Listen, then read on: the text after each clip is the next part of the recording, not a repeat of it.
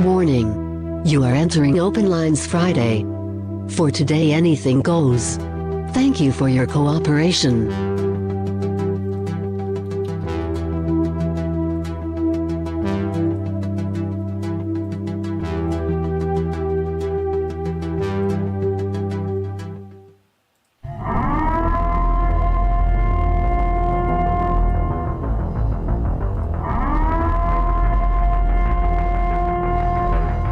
Listos pelos chingazos. Listos pelos chingazos.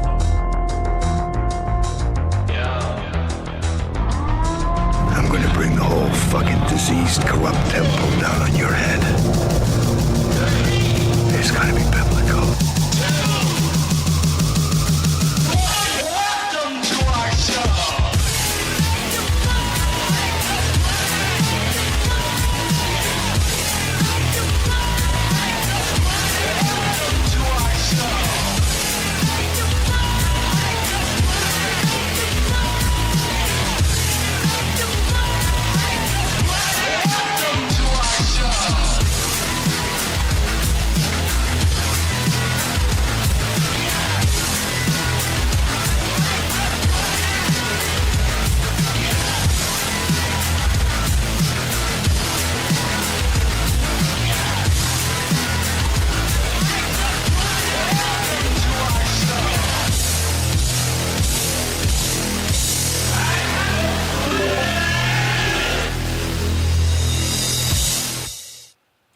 All right, this is King Bucho. Welcome to BDA Boxing, the Boxing Debate Arena.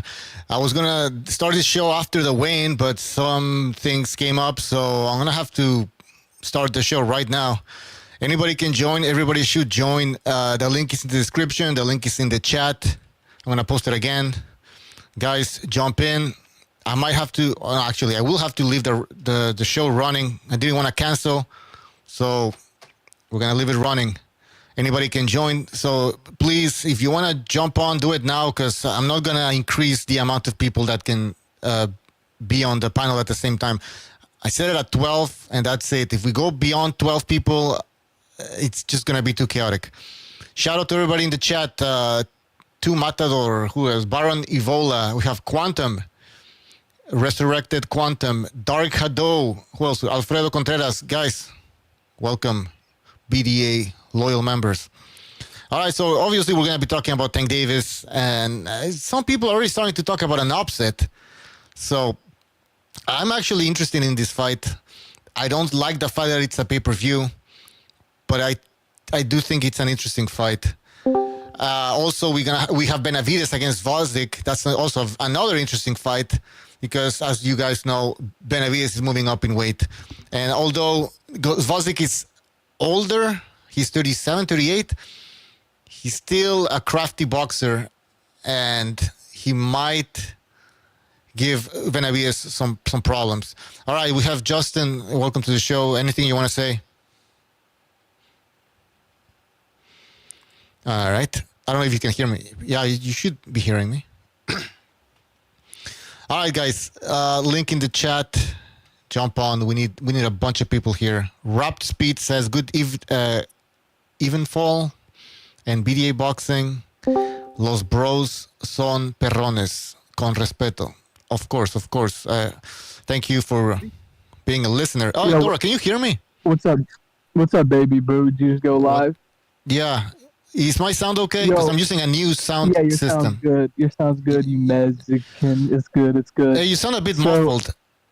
I don't know. Yeah, if you, my speaker's fucked up, dude. My audio's fucked up. I have an old ass fucking Obama phone. It's an iPhone 10.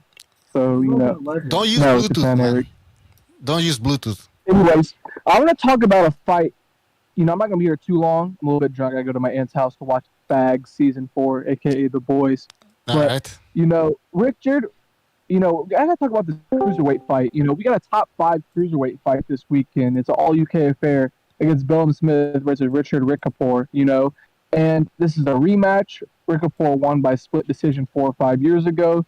Both these guys are 33 to 34 years old, which is in and around the prime of the cruiserweight division because they can carry their age longer because of the natural size and whatnot. Yeah. And I think stylistically and from a matchup standpoint, this is the best fight of the weekend. Matias should KO Paro pretty easily. Benavidez should stop Bostick in about 7 to 9 rounds, right? Because he's old and shot. And then Tank Davis, we know his fights aren't real, and we know he fights, B-level fighters.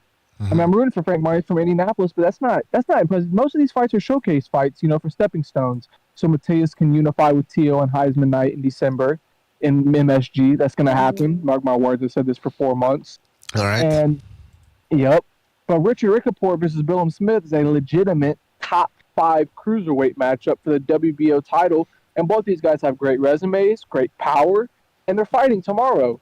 But nobody's talking about this fight because the American boxing establishment is only pushing these American mismatched fucking fights.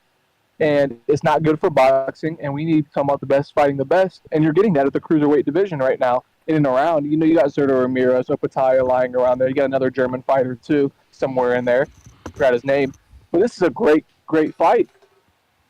And yeah, but I like you, I'm concerned about the ref. I can see Tank Davis hurting. What's his name? Frank Martin, and then the referee immediately stepping in and stopping it. That's exactly yeah. These if it's they can stop an immediate stoppage or like a controversial stoppage. Yeah. If for whatever reason Frank Martin, which I don't think he will, if he starts outboxing Tank for 6-7 rounds, he gets hurt a little bit, premature stoppage. He knows what they do. They do this all the time with these black and marrow bums and these hype jobs that are protected by the boxing fraternity in the United States. Look at Nick Ball versus Ray Ford, a great fight, a controversial fight, a little bit, not that much to me. I thought Nick Ball won 7-5, or 7 rounds to the 4th, one even being the 12th round, the even round. Great fight. Maybe Ford got a draw. But Sober said it best. Had he fought in the United States, Ford would have got the fucking decision, and he got outworked. There were rounds where Ford landed the better shots, but Nick Ball outworked him, and it was a great fight. But these guys, this is what I like about Turkey. When we get to these fights out of the United States, we don't see this favoritism and this bullshit to try and push BML, BLM boxing because it's terrible for the sport, and nobody wants to fucking pay for it. They'll just go buy UFC fucking pay-per-views. Well said. Yeah, that's true. That's true. Yep. Anybody else wants to give their opinion? Guys, I got to bounce for 2 seconds. So, well, actually, maybe more than 2 seconds. So, yeah, one of you guys can talk, but just watch that cruiserweight fight this weekend. It's the best matchup of the weekend. I think it's going to be the best fight, the most competitive fight out of all these other world title fights. So make sure you guys check that out at 200 pounds. I see you later, gay nigga Gabucho. I'm out. All right. That was Dora. Who's going to watch some... I don't know what the fuck he said he was going to watch. Didn't sound good. All right. Anybody else wants to say something? Yeah. I think the Frank versus Tank fight going to be a good fight. I don't know if Frank's going to win, but I believe it will be competitive. I think it might go to the distance, yeah. I think it'll go to the distance. All right. But who's going to win? I think Gervonta might will get the decision. All right. What about David Benavidez against Zvozdik? Bostic, I think Benavidez is going to beat him. He's going to outwork him. And he's going to stop him around like the 7th round, 8th round. All right. You also have... You guys... Yeah, go ahead. Sabril also fighting. Oh, yeah, forget about that. Why did they even have a card on the same day? Hopefully we were able to watch all of those fights. But yeah. Yeah. He'll be fighting Liam Paro. At first, when I first found out about Liam Paro, he wasn't that impressive, but he's improved a lot. So it's going to be a very tricky fight. But, he gets caught on the line sometimes. So I think he'll break him down. I think he'll stop Liam Paro late. Yeah. I think Liam Paro might make it to the championship round. Yeah. All right. Guys, if you want to jump in, don't be shy. The link is in the description of the video. Actually, the link is in the chat as well. There we go. All right. Hold on. I need to message somebody. So, yeah, guys, in the chat, what do you think about that? Do you think there's going to be an upset? A lot of people are talking about it. I think people are just getting a bit into, like, the hype, and the trash talk, and then all of a sudden, they're starting to believe that Frank Martin has a good chance of winning this fight. We'll see. I'm still picking Tank Davis by stoppage, but I wouldn't mind if Tank loses. To be honest, the guy hasn't fought anybody. I did a short video where I showcased, in my opinion, Tank Davis's top 5 fights, and I mean it's not that impressive. Pedraza was up there. I think I ranked it as his second best win, and that was all the way back in 2017. His number 1 win was against Ryan Garcia. Before Ryan Garcia fought Devin Haney, I didn't really rank that Ryan Garcia win as impressive, but seeing what Ryan Garcia did to Devin Haney, now I think it's actually Tank Davis's best win. But other than that, there's not a lot. Isaac Cruz, the late replacement Isaac Cruz, how is that a top 5 win? Well, late replacements is kind of a tricky thing for the A side. What happened to Joshua? A late replacement can really mess you up, especially if they're actually good. But Andrew Ruiz, he was on the scene for a while. Isaac Cruz, I don't know. I never heard about that guy before he fought Tank. So I remember him. I do. He had knocked out the guy. He beat him up. Teofimo beat him up really bad, knocked him out bad, and then. Can you hear me? Yeah. Can you hear me? Yeah. Yeah.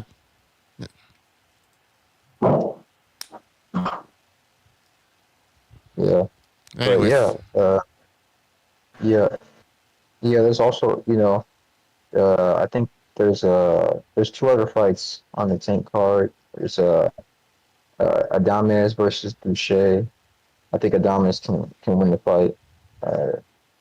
Boucher's tricky. He's never been stopped. I want to see if Adames can do it. All right. He should do it because he's moving up in weight. That's a good point. I mean, we'll see, man. We'll see what happens. What are people saying in the chat, though? Hold on. En el nombre del Padre. Oh, no. Here we go. Del Hijo. Y del Espíritu Santo. You better get your order ready. Let's go. Yeah, let's go. Well, we're just getting started here. We're supposed to start at 6. Change of plans because I got to bounce soon. But I'm just waiting for this it's thing all to good. get It's all populated. good. Yo, salute to BDA. It's always a pleasure to be on your channel, on your hard work, years and years of investment in your cool videos and everything. Hit the like, everybody. You know that you guys are in for it. If you know that BDA got me on here, it's about to go down. Shout out to everybody on the panel. Shout out to everybody. No disrespect. Shout out to everybody over there throwing the comments. Dark Hado, King Bicho in your face. You know what I'm saying? Like, yo, this is Free Friday. It's Freaky Friday up in this piece. Yo, you know what's crazy, BDA? The last person that was on here, that kid was the last kid that was on my live before the accident. Like, that dude, he used to ask him if he used to... Yeah, he used to deliver Chinese food. Like, ask him. Yo, ask him. He used to do Chinese food at night, and he used to do deliveries and stuff. Like, I know exactly who that was. Like, I wouldn't eat. Yeah. Yo, he went. Is he still here? No, he's gone. He went under a different name. When I get his name, I'm going to be like, yo, it's so-and-so. I'm going to like BDA. I told you that is, but I know, yo, so you still gotta go? What's going on here? What's happening? Yeah, What's going on, Proxys Pine? Yo, Quantum is back in the house, of course. Of course. Yo, I gotta great. bounce. Yo, don't hate me too much, yo.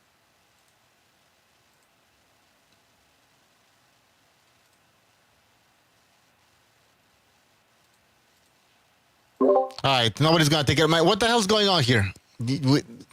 Yeah, I'll take the mic. Take the mic. I think BDA is gonna jump on. BDA will jump on soon. Yeah, I'm yo, here, so check man. it out. So, Whatever. yo, BDA, do your thing, yo. Do your thing, yo. All of a sudden, yo, Quantum is charismatic. Am I as sounding Walter too loud? Mercado. Yo, I mean, Walter am I too Mercado, loud? y ya tú sabes, y con mucho. How do I sound? You know what I'm saying? Yo, Devin Haney punch. How do I sound? Do I sound too low? Yeah, it's enough? on a What's little going bit on? low, but it's not bad. Just a little bit low, but it's not great. It's actually I can fix that up. Just a little bit low. All right. I'll Yeah, all right. fix it. Yeah, I can fix that. But I mean, listen. Yeah, What? I'll fix it. I have your 162. I mean, I've you done don't enough sound- shows, no, man. I no, don't know what else Justin to Bieber talk about inside the here club. today. It's Oh, it's Open Lines Friday. We gotta. It's for the people. Let's see what the people want to say. Yo, about open this. these lines up. Open these lines up. Yo, we're about to get fiery. Make it a classic today. Make it a classic as long as I can Quantum. be Are here. you purchasing? Get your Quantum, order are you in. purchasing, Quantum, are you purchasing the fight? I mean, who really does that nowadays? I mean, when you don't need to. Come I on, mean, come on, come on. Oh, yes, I'm purchasing the fight. Make sure you support these fighters because honestly, they need the money because they're poor. Well, that's why. You know what I'm saying? You know what I'm saying? Come on, let's go. They'll be all right. You purchase the fight. You don't purchase it. Tell your friends that have money to purchase the fight. I don't care what you do, but don't miss this fight because it's good for history. Who else is buying the fight on the panel?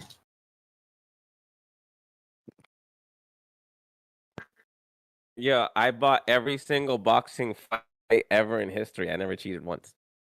I'm not. You will, Justin. I won't.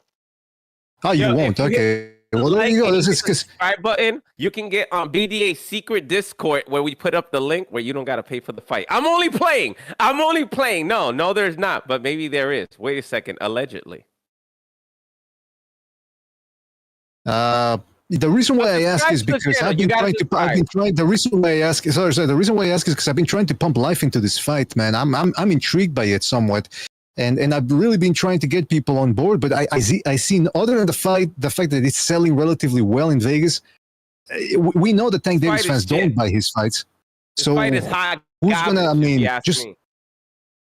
it's hot garbage. I mean, it's what the guy, what the Chinese Uber driver guy said.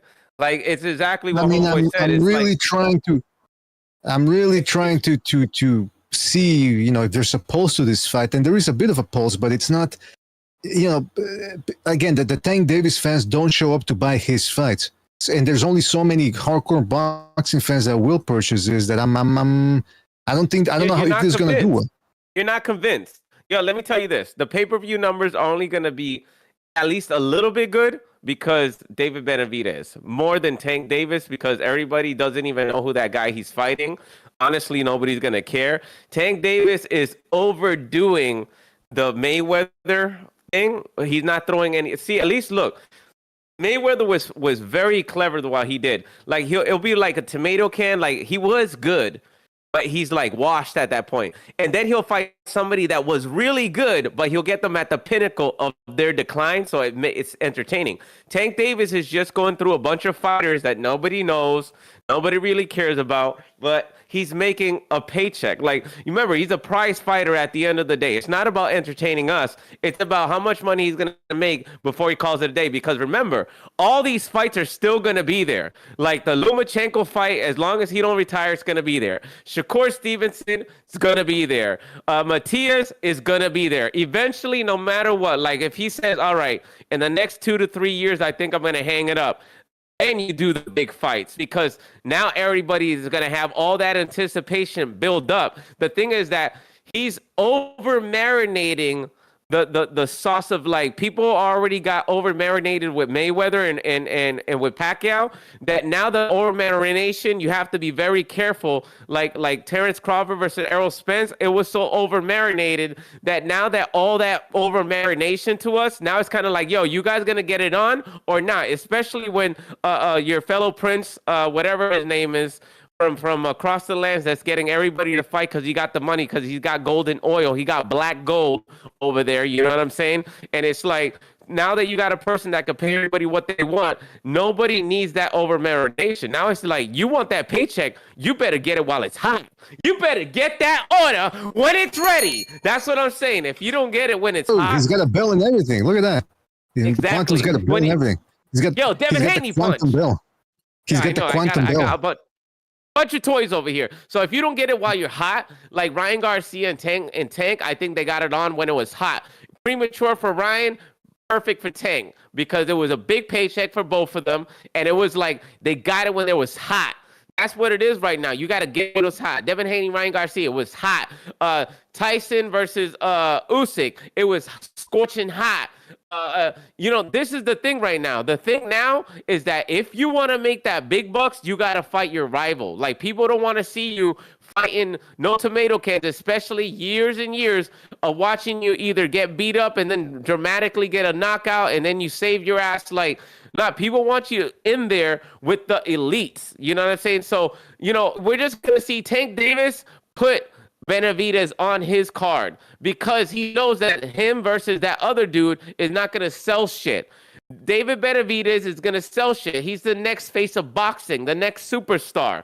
I said it here, like I always say it again, and I call it of what it is because I seen the other side and I came back to tell everybody, oh, look out for that one. So let me tell you this. Right now, we're only seeing David Benavidez pay-per-view in a masquerade of Tank Davis. Holla at you, boy. All right, I want to hear from somebody else here. Anybody else? What do they think? What do you think about the economics of this fight? Are you going to buy this fight? How much do you expect it to do? And when are they going to stump over marinating some of these lightweight fights? Well, it seems that Gervonta, he's en route for the Mayweather blueprint. Mayweather didn't really start fighting the guys people wanted to see him fight until he was 30. Gervonta turns 30 this year in November. So I think next year we're going to start seeing some of the fights that people want to see. Maybe Shakur, not all at once, but maybe Shakur, maybe someone else.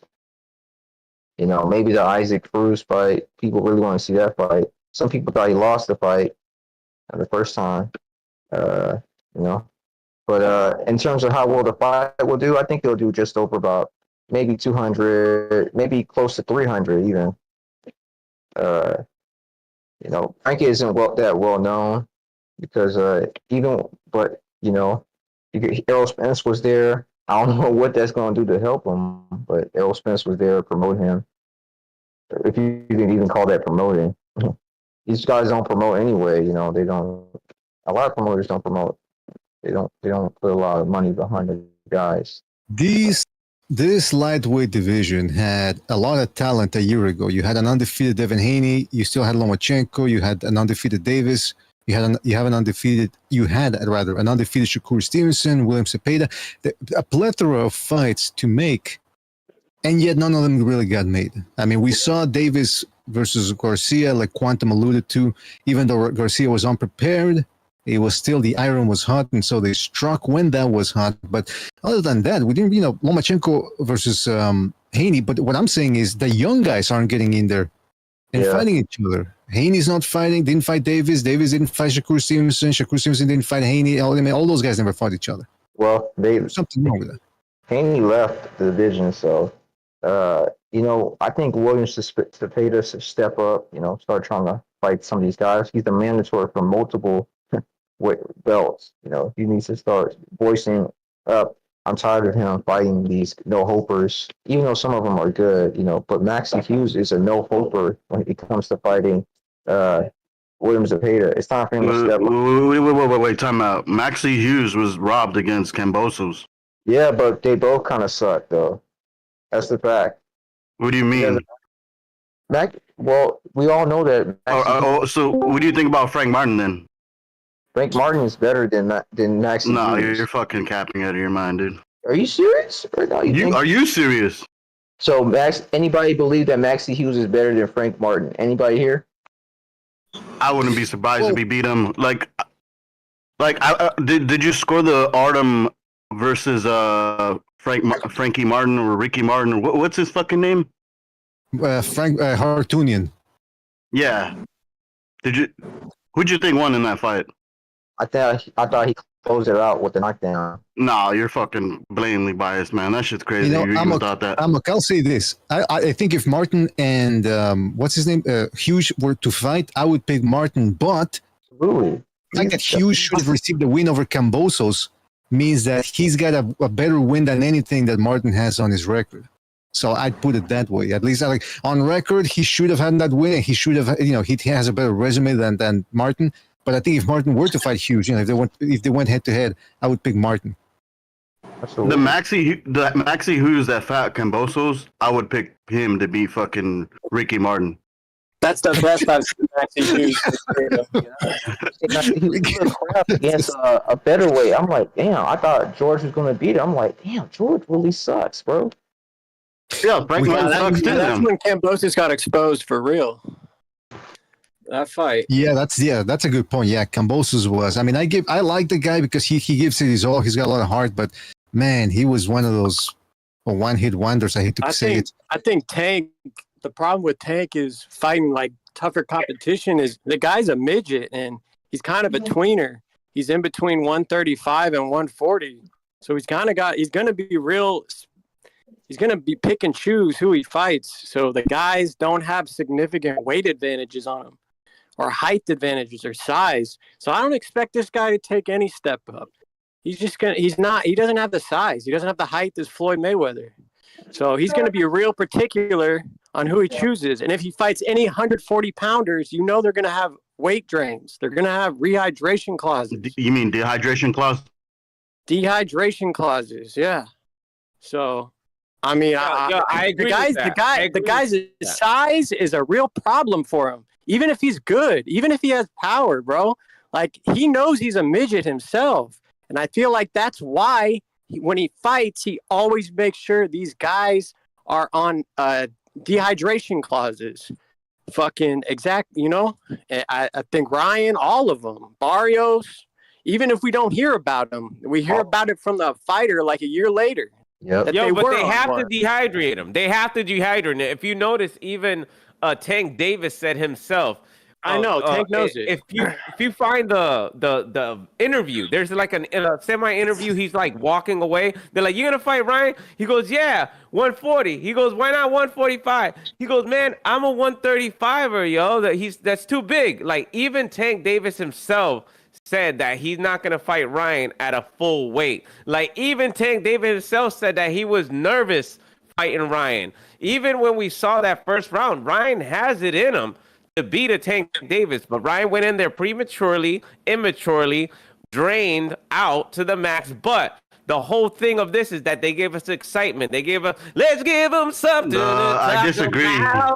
Ryan's the one that brought the excitement. Ryan's the one that got that fight and made that fight happen. Exactly. No, I never said he did it, but they made the fight. You said we. You got to say Ryan. You know what I'm saying? So to me, in the rematch, Ryan has to say. Ryan right now has boxing by the balls right now. Ryan is going to be the one to say, nah, I ain't going down. You coming up? You want this paycheck or not? If not, Ryan got Timofimo to make a crazy paycheck with. That's what I want to see. Timofimo, Ryan Garcia, Pitbull Cruz, Ryan Garcia. Like, we got a lot of good fights, and you throw Ryan Garcia in there, we don't know what's going to happen, and it makes it exciting. Off of that, Tank Davis, off of this fight, we can range. If Tank Davis is really taking us for a ride, is he going to, like, drag the fight out and get, like, an amazing knockout later? Like, is he going to make it entertaining? I'm watching this Tank fight for two reasons. One, is this guy any good? Two, is Tank Davis pinking these tomato cans and just dragging the fight on to just make it entertaining? Well, you heard it from one of the panelists. They said that Maxi Hughes suck. So by their logic, Frank Martin should suck too. I rate them all the same. Frank Martin, Maxi Hughes, Cambosos, they're all kind of at the same level. They're not elite. They're just not elite. Yeah, well, I just find it. Go ahead, Amma. Go ahead. Oh, sorry, BDA. I just find it like condescending that just because a certain person's from a different part of the world who's on the same level sucks.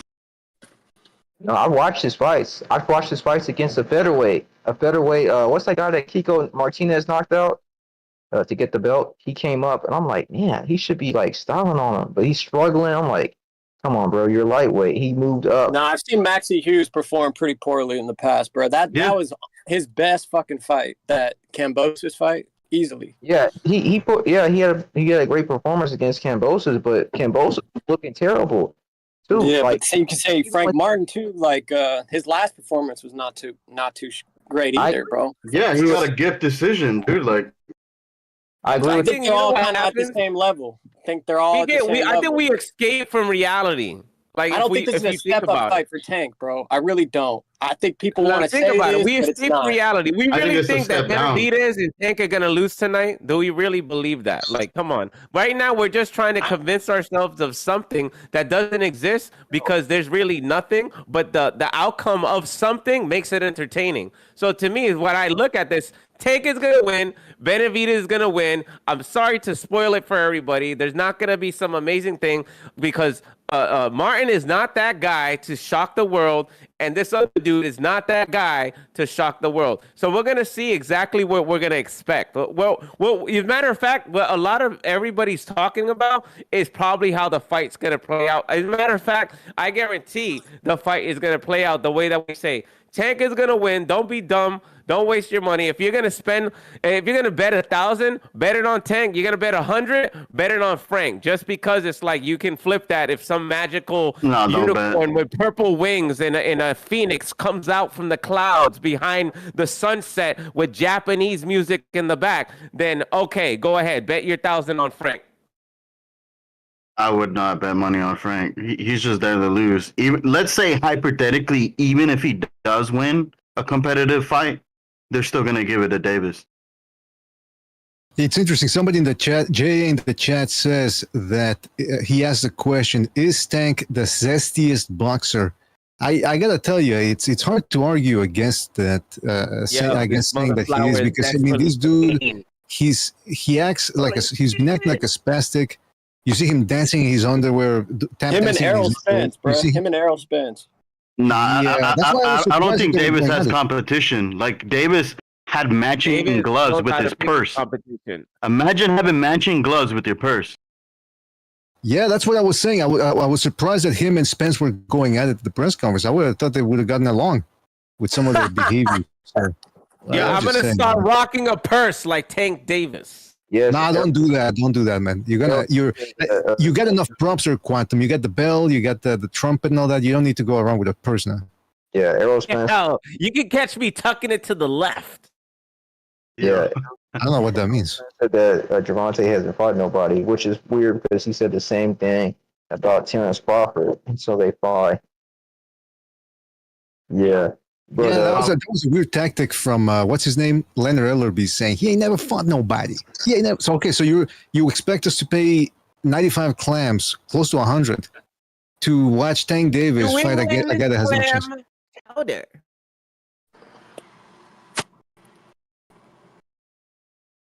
By the way, speaking of Ellerby, okay, so he's out as from Mayweather's promotions, and some people are saying he stepped down because he's gonna do something with Tank. That's why he stepped down. Well, some people are speculating that he got. Some people are speculating that he got the boot because he was siding too much with Tank Davis, who apparently has some strife with Mayweather. I don't know if it's fabricated or not, but it's interesting because in the beginning of the week, somebody posted a tweet on Twitter. Somebody posted a clip of Shaggy, the guy that looks like Shaggy. They got something going on. No P Diddy. No P And Diddy. he asked. Well, hold on. Let me finish. He asked the reporter asked Leonard Ellerby, "Are you staying with Mayweather Promotions?"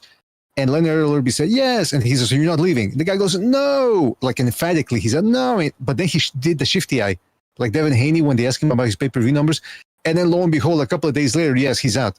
So he was lying. That's what these people do in boxing. So that's why I always tell people, don't focus on what people do. I mean, don't focus on what people say in boxing. Oh, I'm going to fight this guy. I want to fight that guy. Focus on what they do, because these guys will say literally anything to save face in front of a camera. Yep. They're virtual signaling, Mr. BDA. I mean, they're doing some sort of signaling, that's for sure. Hey, don't forget to hit the like. Listen, I think they're tucked in. They're tucked in together in bed, and I think Floyd Mayweather found out in the background, and I think that, he's a little bit hot and bothered. Not like that. Not like not metrosexually, or Homo sapiens, together in one bed. What? No, I'm not talking about Homo sapiens. I'm talking about like they have some business they're gonna go down and do it. Like I think I Ellerby don't left know what you're Floyd talking because about. he I got the get no money idea what issues. Let me finish. Floyd got the money issues, and there's a lot of things that are coming that a lot of people don't know for Floyd Mayweather. And I think he backed out of that situation, and now he's working with Tank because him and Tank been in business in the background. Oh yes, I'm letting you in. They've been in the business in the background for years, but now he Someone pulled the called them trigger Blair because Cobbs. Floyd is finished. Yo, Floyd is finished. So he pulled the trigger on him, and now he's gonna help Tank get Tank to the next level. Let's go. Get your order ready. Yeah, Mr. Bidet, someone said that Quantum is if he's Blair Cobbs. He does kind of sound like Blair Cobbs, doesn't he? A little bit. Same zest, same energy, same panache. Yeah, same bisexual Keith Thurman vibe. No, I didn't say that. See, I didn't say that. When I say zest, I don't mean it. When I say zest, yeah, when I say zest to describe Quantum, I'm not saying it like the kids say nowadays, like, "Ooh, that boy's zesty." Zest used to mean panache, flash, electricity. Yeah, that's what I'm saying, Mr. Bidet. He's a zesty bisexual Keith Thurman. Listen. Hold on. You heterosexual. Let me tell you this. All I gotta tell you is that I've been like this since the beginning, but now it's just amplified Super Saiyan Blue. That's what I'm telling you. Wait. Ooh. Did you say you take the blue pill or the blue chew? Is that what he was alluding to? Yeah, he's on Blue Rhinos, Mr. Bidet. Come on. It's the albino rhino with purple eyes that has earlobes of a hornet. Well, I gotta tell you, in terms of this card, yeah, they had to put David Benavides in there to try, because their logic is this. Well, Benavides versus Caleb Plant did how much did he do? 90,000 pay-per-view buys? And usually Tank does 150,000 to 200,000. So they're figuring that if they combine those two things, they can get to 300,000. But that's not how it works. Especially since what I dislike about the fights on the undercard, I mean, and yes, on paper you look at it and you go, that's not bad. But there's a lot of guys that are going to be shaking off the rust in this card. And I'm thinking, do I really want to buy something where guys are going to be shaking off the rust? I want to see guys at optimal level. Yeah, don't buy it. I'll just FaceTime you and then I'll steal it. No, I'm joking. Everybody, buy the fight. Buy this fight, damn it. Yo, TMT is supporting the fight. Yeah, I'll buy it on my. Yeah. Hashtag TMT, the Mesh Stream team. Yo, hashtag You guys aren't taking this thing seriously at all, are you? You guys aren't taking this serious. I'm the only one that's taking this card seriously. Mr. BDA, no disrespect to you, but this fight's a joke. Let's be real. The best, dog. The best fight. Yo, this fight is not clean. You're not fully clean up Paro versus Matias. Clean. Gonna kill Frank. I think Paro is a real live dog. Paro could. Yeah, that's really the fight. Listen, if you don't want to buy this card, hey, you got on the zone. You've got Paro versus Matias. Now, Matias. Let's talk about Matias a little bit because I like the guy. I like the all action style. I like the chin. I like the wherewithal. But is he being overrated at this point? Like for a lot of people, he just beats everybody at 140. I think he is a very solid fighter. He might be the best fighter there. I think he's fought better competition at 140 than Teofimo. You know, Teofimo he fought this one guy. Yeah, Teofimo, if you're listening to this, jump on the panel. Stop being a hoe. Yeah, I think he's the best. But he's not invincible like they say he is, of course. Yeah, you said invincible. I think the only beatable people are the people that beat themselves when they look in the mirror before the fight. Hold on. You're saying, Justin, you're saying he beat Matias has beaten better composition than Teofimo Lopez at 140. Real good, and you press and you curse him. Nah, I wouldn't say all that. No, I wouldn't say all that. I don't think Josh Taylor is enough. You know, Josh Taylor's a big win, but it's not enough. What? Josh Taylor, it's not enough. You have to. He bought 140 pounds. This isn't the PBC fan club, dude. This is an actual boxing channel. Come on, this is the so. Like it. Yeah, so you beat Josh Taylor and that everything. I think these guys are underrated. That you can buy a guy. These guys are underrated fighters. They're not known, but they're good. Oh, wait. What fucking propaganda are you watching? Yo, these people are not elite. That's the thing. Chef, all these guys are good fighters. They're good fighters, but they're not elite. That's the problem here. They're not at that echelon. They're not at the precipice, the canopy of things. A bunch of elite fighters. There's a few. I would have killed Tank back in the day. He'd have buried his ass in the sand. These guys are not like they used to be back in the 80s and 90s when they was going at each other. Nobody had to fucking compromise. I see you on the 29th. That's what they used to tell you back in the day, and your ass better show up. Me come looking for your punk ass. Me come looking for you, because when I find you, it ain't gonna be pretty. Tank is what happened was somebody stole my bike. Tank is the face of boxing right now. Tank is not the face of boxing. No, Tank is definitely Tank is the ass of boxing. What is wrong? What is wrong with Charles? You're wrong, bro. What's wrong? Yeah. We're invited. How you gonna be the face of boxing with 300K? I just asked my work. No one knew who Tank was. We'll see after the fight when he knocked Frank ass out. And who the fuck is Ricky Martin, dude? What the fuck did Ricky Martin do at 135? Yeah, who that? Yeah, exactly. He's fighting Ricky Martin. I thought he was a homo sapien. One at a time. Everyone's talking over each other. Hold on a second. Charles, go ahead. Hey, by the way, is this Uncle Charles? Yeah. What's up, BDA? What's happening? What's up, Uncle Charles? Good to hear from you. Okay, so state your case. You feel that that Tank Davis has? Are you saying he has a potential to be the face of boxing, or that right now he is the face of boxing? Thank you. Let me requote my quote. He could be that. He's not that just yet, but he could be that. But let me tell you something. Yeah. You know, Frank, he's like a lion, and Tank is like a Bengal tiger. Now, even though that tiger has got the physical attributes to whoop that lion's ass, he retreats. So what do Frank do?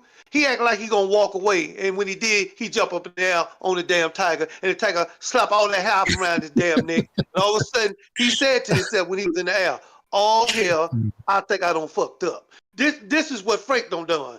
He gonna hit Frank on top of his head, and he gonna be asleep by the 8th or the 9th round. I am so sick of these people talking about Mayweather. Oh, everybody just admit Mayweather is broke.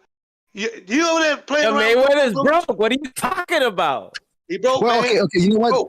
But that brings me to the second. Broke. Okay, this brings me to a good point, because boxing is a lot of smoke and mirrors. Boxing is a lot of smoke and mirrors, especially when it comes to promotions. I just gave you an example of Leonard Ellerby earlier this week being asked whether he's going to be leaving Mayweather Promotions. He said no. Then a couple of days later, yeah, he's gone. So take what they say with a grain of salt. But here's my thing. When you see Tank Davis so-called beefing with Mayweather on Fight Week, is that real, or is that manufactured to try to get some sort of traction on this event? Manufactured. He does this every time. He does this every time just to make 250K pay-per-view buys. Yeah, but people eat it up. Yeah, but they're the casuals, the same biased PBC fans. This fight is so shitty that even Tank Davis himself said this fight promotion is shit. He didn't even show up to Grand Rivals. Like, he's saying what it is. Like, I can tell you this about Tank. I think he's a pretty straightforward guy. Like, he's a very humble. Like, he can get arrogant and silly at times, but we all are. You know what I'm saying? I think he's just straightforward character, where it's like he's very emotionally tapped in to exactly how he is as an individual. You know, like I said, we all I don't are think he's silly. straightforward. We all are arrogant, but I'll say I don't think he's straightforward. When they would ask him about Loma, he would redirect them to Mayweather. Well, let me ask a question. Can I ask a question? Since y'all are expert on this thing, let me ask a question. Why is the pay-per-view why is there not many people buying the tickets? Because it's a shit fight, and they've always been shit fight, and he keeps cherry picking. Hot garbage. Devin Haney. Yeah, exactly. Hot garbage. Okay. But why are we saying that Tank Davis is straightforward when he's a fag bag, where he's bisexual? There's nothing straightforward about. Well, we don't know exactly. We don't know if that's 100% true, but there's some indications that might be true. But here's my thing. Here's the thing with Tank Davis. It's been clear that he can sell relatively well. There was some discussion on the last episode about whether they were papering the house in Las Vegas, or whether it really did sell out. I don't know. Let's say it's selling well, which we can say that Tank Davis sells better on average than a guy than Devin Haney and Shakur Stevenson. We can say that. And that's what I was trying to ask people this past week. What's it going to take to get Tank Davis to get over that hump and become a mainstream boxer? Is that possible? You'll fight someone that's actually worth fighting instead of cherry picking. Somebody actually worth watching, other than that too. Okay, so that means one thing. Ryan Garcia, if that's what he said is true, get on the panel. Don't be a bitch. If who say what now? He's talking to somebody in the chat. Listen, if that's true, like y'all said, do you think he have to move up? Do you think he have to move up in weight to get those fights? No, there's a couple of fights he can fight. He can fight Shakur. He can fight William Zepeda. He can fight Loma. It's too tiny. He's gonna get beat up. Hey, why is the face of boxing not fighting at the T-Mobile Arena? Why are they limiting themselves to the MGM Grand Garden Arena? That's a good question. That's going to be halfway empty with camera angles. Like 20. Come on, man. Come on, man. It's going to be halfway empty, and then the camera. All right. I asked. Hold on. Let I am your leader speak, man. Because I asked him what's the difference between the MGM and the where are they now? Capacity. The capacity is different. I'm gonna look up the capacity right now. Yeah, please do that. Because I'm interested in finding that out. Again, there's a couple of fights there that Tank Davis could have, that it could generate more buzz than what they're doing with this one. Because I mean, Frank Martin. A lot of people look. I just looked at Ring Magazine's expert pick list. 20 people are picking Tank Davis. Only one decided to go with the underdog. So that just doesn't sell that well. When the casual looks at this and they go, oh, one guy's a 7-1 favorite and 20 of the experts are picking him to win, whereas only one's picking Frank Martin, they're not going to buy that. They don't know who David Benavidez is. They don't know who Carlos Adames is. And they don't give a shit. Yeah, the Garden Arena is 16,000 and then the T-Mobile is 20,000. They can fill it up. They can, BDA. Why can't they do this? If all these damn seats are empty, I tell you what you do. You carry your ass down to the Walmart, get some cardboard boxes and draw people on them. And in every empty seat, you put that cardboard box in the damn seat. That'll make it seem like everybody has to stare. You can do that. That makes sense to me. It's not the best idea, but it's an idea. No one else is coming up with anything. Yeah, why not?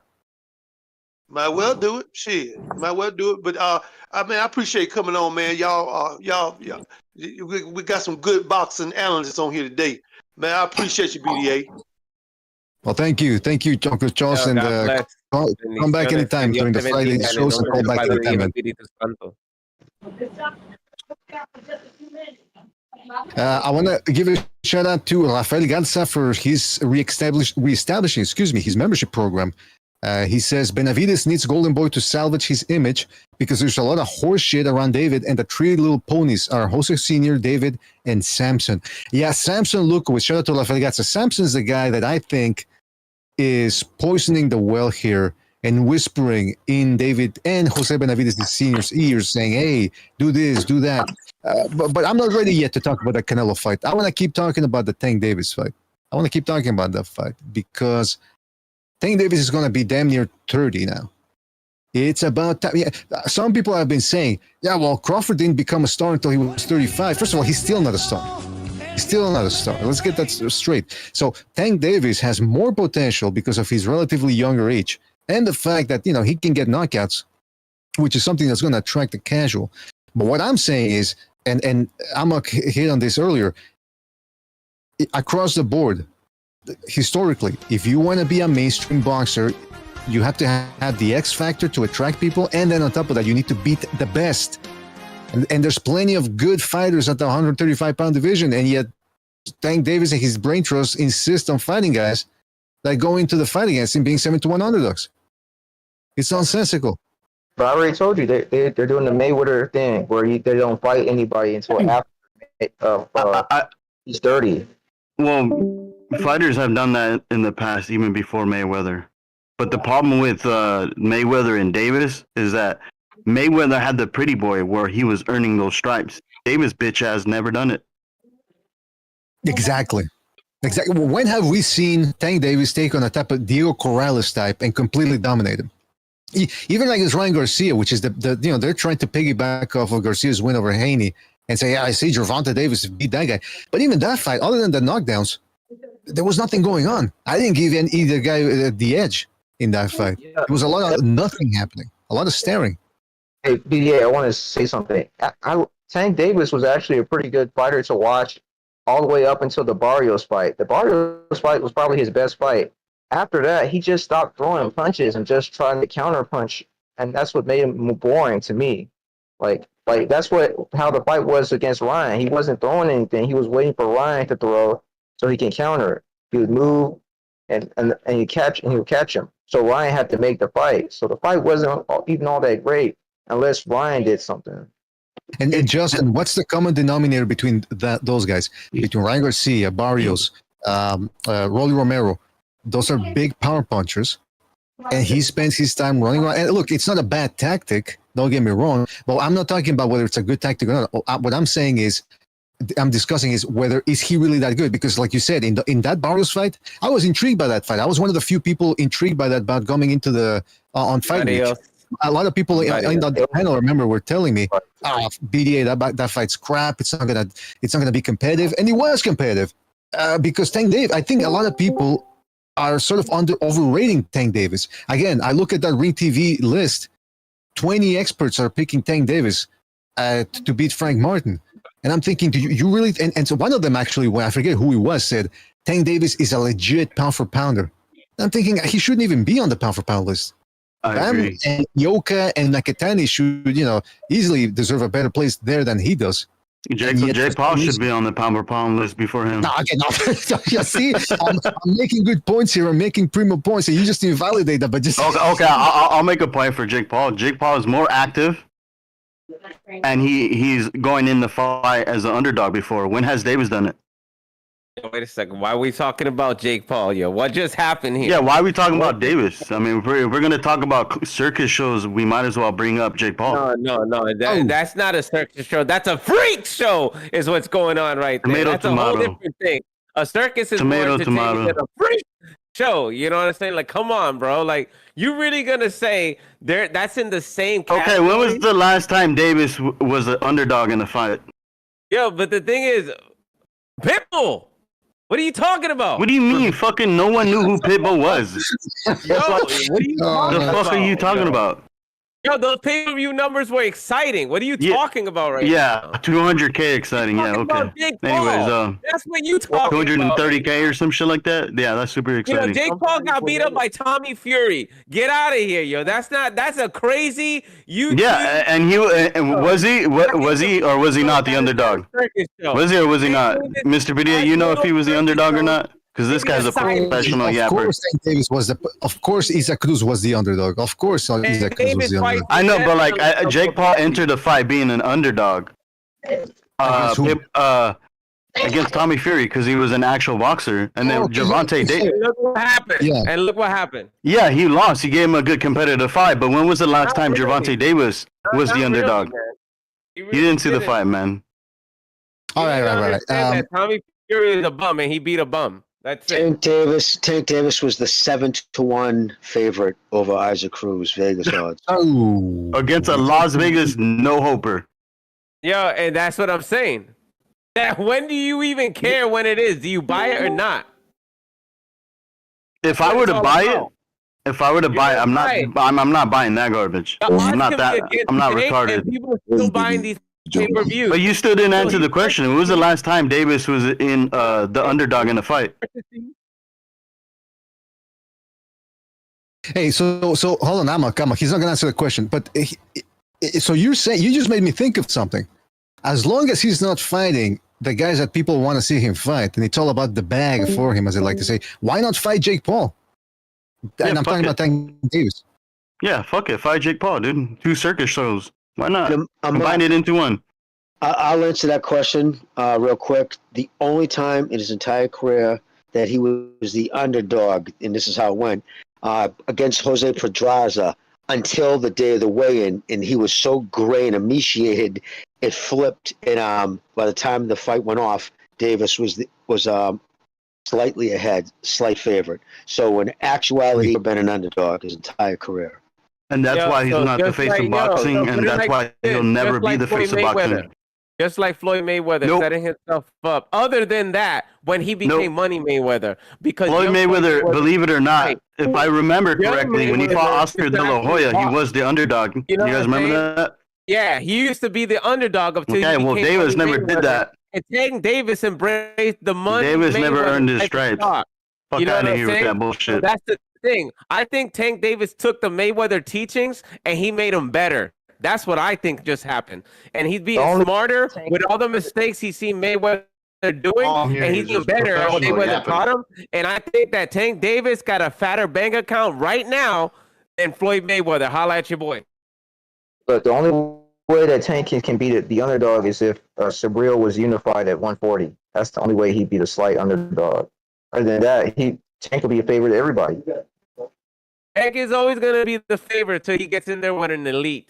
That's his problem. That's what's his problem. But he knows what he's doing. Guys, he's a prize fighter. You're a businessman. You're a businessman, right? Everybody in here, I'm pretty sure you guys make money. You guys got good jobs, unless you got low-paying jobs. But there's people that want to stay high-paid for the low labor. And it's like that's what he's doing. He's getting paid high for low labor work. And he's staying undefeated. He's still selling those seats. And still making money. He's still staying young, and he can stay in this game for years to come. As far as I'm concerned, that's why we shouldn't buy the fight. And that's why we shouldn't buy his fights. And that's why his fights don't deserve to be pay-per-view. Floyd Mayweather made $250 million off the Pacquiao fight. Floyd Mayweather was not even close to what Richard Tank David is right now. What are you talking about at this age? What are you talking about? It doesn't matter how much money you made. It matters how much money you save and have. Just what Floyd Mayweather has invested in.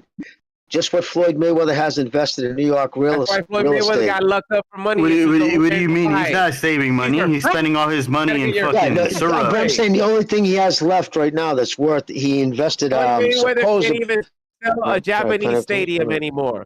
He's finished. Well, your favorite fighter. Your favorite fighter, Davis, is investing in syrup and drinking it. Terrence Crawford. If you want to talk about arrest, if we're going to talk about arrest, did Tank Davis get arrested for bouncing a $250,000 check to the jeweler? I don't care about his checks. I did not know about that. I'm talking about boxing facts. We're talking about those checks that bounce, but he still got more money than Mayweather right now. No, which he got arrested for. It didn't just bounce. He got charged with purposely floating a check. You're talking about money. You're going to his personal business. I'm talking about money. What do you mean? You're talking about money. That is his personal business. You got to understand this. Floyd Mayweather did not make. You got to understand this. You're not making his money. Yes or no? Did Floyd Mayweather I gotta interject. This guy's talking like he's the promoter. I gotta interject. I gotta interject. I gotta interject. Be realistic. I gotta interject. Excuse me. Shout out to Rafael Garza for his contribution with the super chat. He says the Floyd blueprint was to leave Top Rank once Top Rank started pressuring Floyd with tougher fights and run to Golden Boy to promote him. Then a good snakes Floyd, Heyman and Schaefer turned on De La Hoya. Well, that's the other thing, because a lot of people like to say, look at all the fighters that have left Bob Arum and Top Rank. But here's the reality. They're leaving because Top Rank gets them to places hitherto unknown to a lot of boxers. In other words, they get these guys to a position where they can actually become their own promoters or their own men, rather. It goes from Miguel Cotto, it goes from Mayweather, it goes from Pacquiao. By the way, if I remember correctly, I think Mayweather... Oh, fuck, what was it? Yeah. Come on. Think about all the big fights Mayweather, Cotto, and Pacquiao they have with Top Rank. They're with them for years, and only then do they leave. It's not like the 2-3 fights and then they leave. You know what I mean? So there's longevity there. And Mr. BDA, actually, that's Top Rank. That's what he says. He's said many times over the years. He promotes guys till they get to a certain level. Then it's not financially feasible for him to keep promoting, because when they start getting into that astronomic pay and shit, you have to tie up so much money to make 15%. It just doesn't get worth it after a while. And he'd rather make, like, he even let go with Manny Pacquiao. All of them. You're not going to continue staying. And, most guys don't want to carry a guy once they reach a certain point where they start making their own promotional companies and all that other shit. Listen, back in the day, without a doubt, HBO was the golden seal of boxing. If you got your fight on HBO, you reached the pinnacle of boxing success. That's indisputable. Floyd Mayweather was put on HBO 23 times, second most in boxing history because of Top Rank.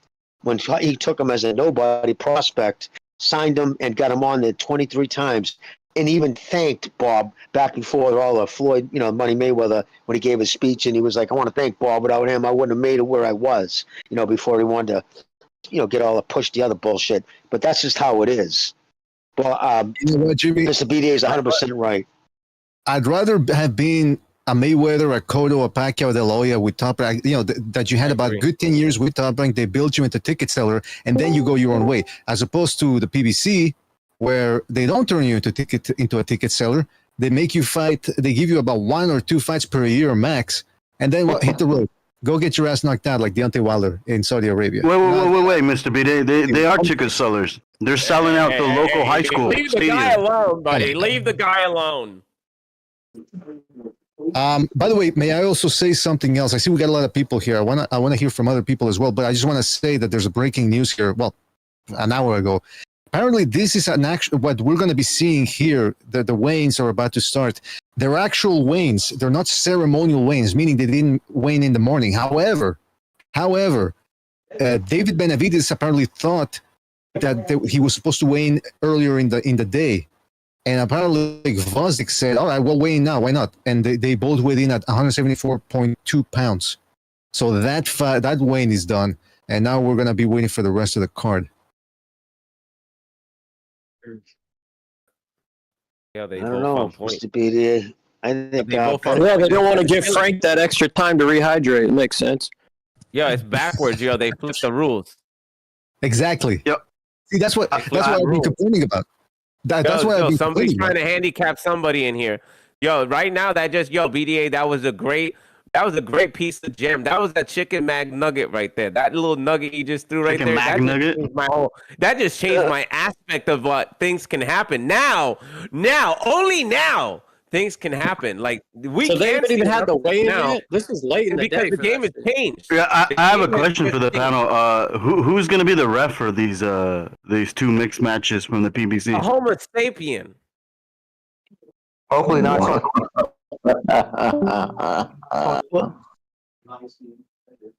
I saw him at the. They took. Someone had an interview with him. I hope he's not reffing anymore. That guy's. Who does let me ask the panel. Who do you think Benavidez Benavidez or Gavajnik? Who do you guys got winning? Bostic. I can tell you this. Benavidez is I keep saying Benavidez. Benavidez is the almost a 7-1 underdog favorite. He's a 650. So yeah, almost a 6-1 under. 5 rounds.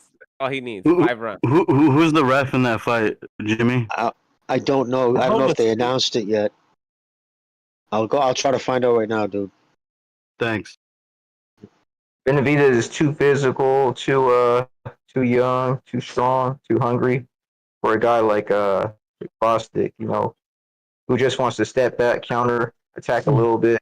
A little bit. That's what he kind of does. Gonna eat that dude alive, yo. 5 rounds. See, that dude don't pass 5 rounds with Benavidez, yo. He's gonna make him smell the morning tacos from the English nuggets. The fuck are you on about? Yo, are you calling from the psych ward again? Yeah, listen, that's the only time I get to talk is in the evening because they actually go on break.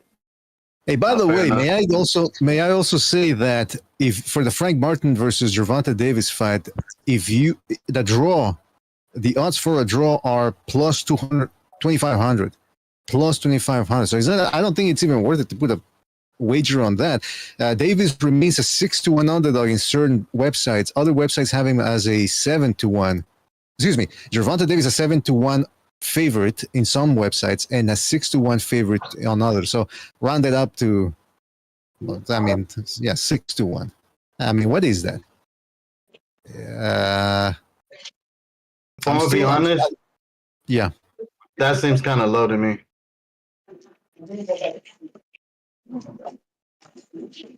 I was expecting I was expecting like a 8-1, maybe 10-1 favorite. He's still gonna. I still think he makes Tank Davis have to work for it. Now, that's the other thing, though, is apparently on Bob Arum just recently came out and said that he's been talking to the PBC to make a potential Lomachenko Tank Davis fight. So now I see even less chances for Martin to get a decision this Saturday, if indeed that is true. Yeah, I mean, this guy, all the narrative channels, they're all hyping up this Frank Martin guy. We all know he's just a safe opponent for Tank. They're not going to pick a black guy to beat the black guy. So I don't understand. They're just hyping this guy up just to make Tank look good in the fucking end. That's all that is. It's just to try to make Tank look good. Tank's going to beat this guy. No matter what, it's Tank resulting in a fucking W. They're just using the fact that he's now going to fight a black guy. And other than that, earlier I heard the guy said Tank's this fucking businessman and wise. Please, that guy have you guys seen that guy interview? He gets taught to do everything. They do everything for this guy. You know what I mean? His real estate investments, they tell him what to say. I highly doubt there's any kind of original thought coming from Tank Davis. It all derives basically it's all Heyman and Mayweather doing his fucking moves in Ellerby. This guy, like I'm telling you, the guy has lacked the ability to even do an interview. Are you saying Tank Davis is not his own man? Is that what you're saying, Alonso? No, not his own man. It's just a fabricated next coming of, it's just basically following by the machine. Mayweather. He's just a guinea pig test trial for Mayweather because Broner failed. That's basically it. They're probably going to do this shit with that fucking Kermel guy. They're going to probably do the same to him if it keeps going. Who was it on the panel then that said that Tank Davis is a great businessman? Because that's what Alonso said. Who was it on the panel? This guy, Quantum. Saying that Tank's this Quantum, you got a repost for that? A response? A reply? What? I didn't say that dude was a good businessman. I think he's sloppy. Like somebody was saying sloppy Joes. You remember Billy Madison? Have some more. Didn't you say it's prize fighting? You were talking about it was prize fighting, or was that he something knows else? how to make you want to buy his fights. He knows how to make money off people. He knows how to make. It was him. He knows how to everything's geared for Tank. He's smart. He ain't gonna fight nobody that he's gonna risk losing. He's gonna make it look good, make it entertaining. So then the next one, you're just anticipating that this could be the next one. This could be the guy. No, he's taking us for a ride and drags his fights along in order for people to be entertained. He's not gonna end the fight quick because the next fight, if he picks a tomato can, he's gonna make a lot less money, and he's gonna have to pick somebody hard. So it's managing and maneuvering your own financial abilities. Well, as for dragging the crowd outside, which is a complete outlier in the fact that he did 500,000 with Haney, shows it was Garcia. But outside of that one pay-per-view, his other 5, only one sold over 200,000. 2 others sold under 100,000. So on the aggregate, his pay-per-view sales are actually atrocious. Yeah, he's the ass of boxing. Good, but he knows how to get paid. He don't need the pay-per-views. He needs that check. The pay-per-views are the back-end money. Pay-per-view. He just wants that check. That's you're not going to talk sense into this guy, Jimmy. Okay, well, I'll explain it. So, yeah, I'll put it out there. The guaranteed pay is that's the main thing. That's what everybody's shooting for. The guaranteed pay. No, he gets 1.5, $2 million. The only time he ever got a $5 million guarantee was against Garcia. That was the only time. In fact, Inoue gets a higher guaranteed. His last fight, he just fought. He gets 6.5 million guaranteed for that fight. Yeah, but he will. But think about it. He still doesn't want to go up in weight. You know why? Because he's being smarter than. What do you mean? Neri's a better a better caliber fighter at that weight class than fucking Ricky Martin is at 135. I never said he wasn't. I never. Now you're just saying things. Now you just want to hear. What do you mean? You've been yapping this whole entire fucking time. You've been yapping for like 30 fucking minutes. No, you're just mad because I got the fact. Bro, you're just saying mystical gibberish. Go for it. You got to understand that when I get your order ready and I'm preparing it right here, I got it going on for you. You got to understand this. If I tell you something, don't flip it into a different narrative because what I'm saying is so direct that you neglect the. It's not direct, bro. It's a bunch of bullshit. Exactly, because you get lost in the sauce. Anyways, I'm not lost.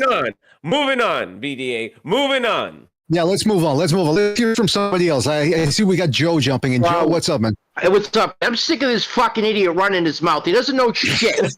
Thank you, Jimmy. Oh, Jesus Christ. Yes. Yo, Devin Haney punch. Yes. Joe, you gotta stop keeping it inside, dude. It's fucking big mouth, bro. You drive me fucking crazy. Yo, he came in. I'm sick and tired of this guy over here. Yeah, because you don't know what the fuck you're talking about, bro. You just fucking rambling on like a fucking retard. Like you got a hernia. You sound like you got a hernia over there, buddy. What's wrong with you? Yeah, you sound like you suck balls. Suck a dick. Yeah, you sound like you have no balls. Oh, Shuggy Duggy. Shuggy Duggy. What the fuck? Are you in the 60s still? This dude's trapped in the 60s. Like, the people in charge of your medication know you have access to a fucking phone. Yeah, don't get mad at me. Yo, continue. On to the next topic. Well, I forgot to say Mark Magsayo's fighting on this card. I mean, I don't know if that makes anyone. I don't know if that incentivizes anyone to finally buy this card. I mean, if that's a selling point, there is for you.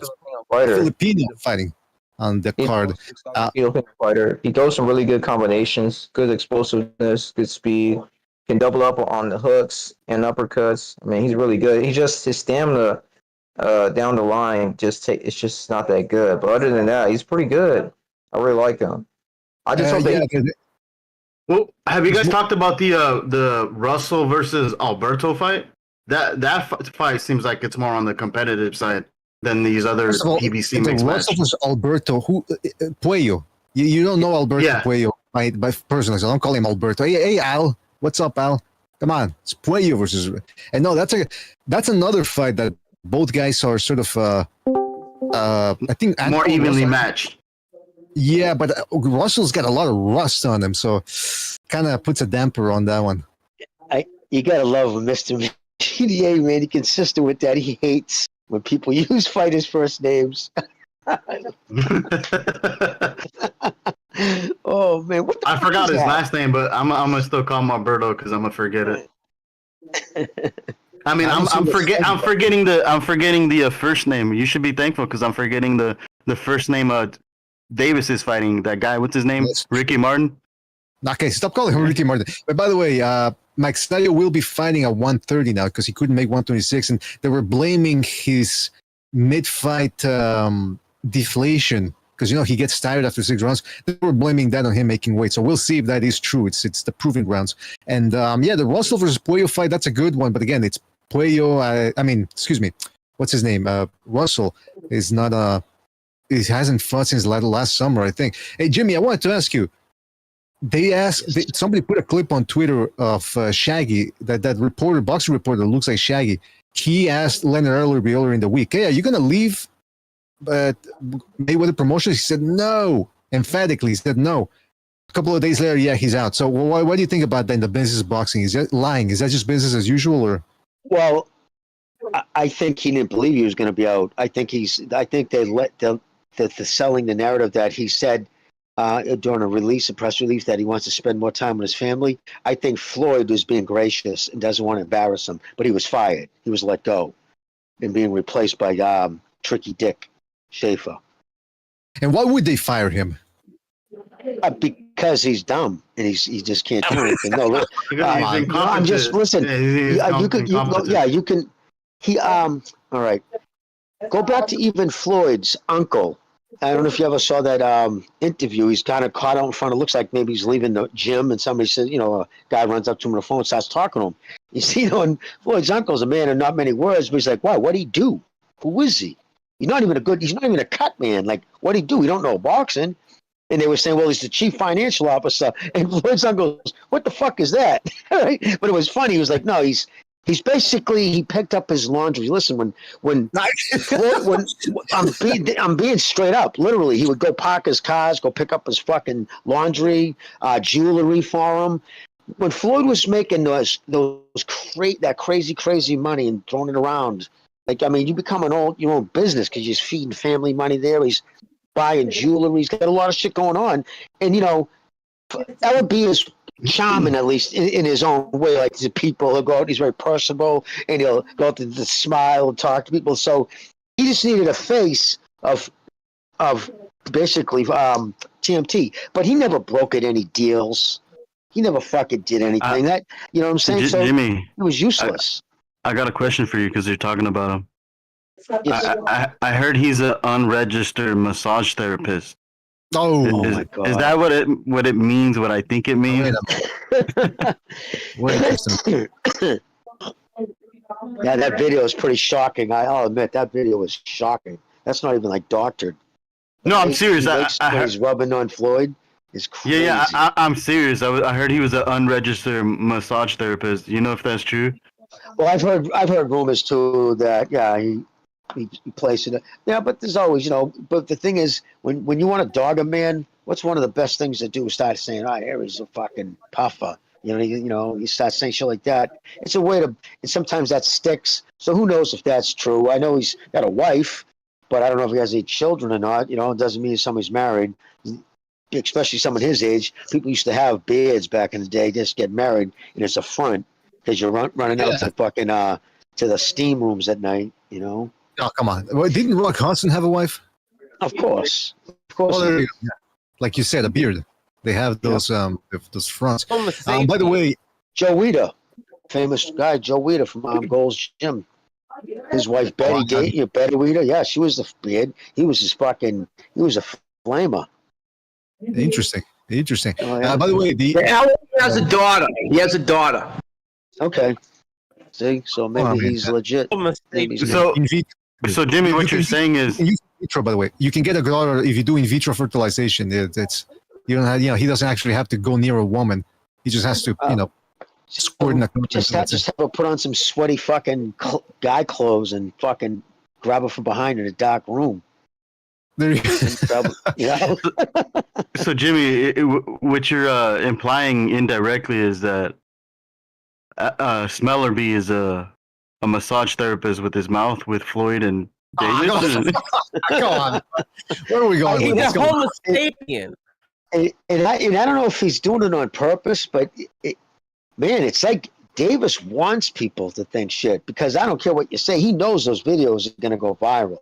And he does some pretty fucking... He's copying Ryan Garcia's book. Bro, I thought that there was a little girl rolling in the gym and jumping up in the gym the other day when he started doing that shit with the announcer. I really thought that was like a little kid running up, dude. He looked like a little girl. Yeah, dude. And then some of the faces he's making and shit, and just I don't know, man. He's clout chasing.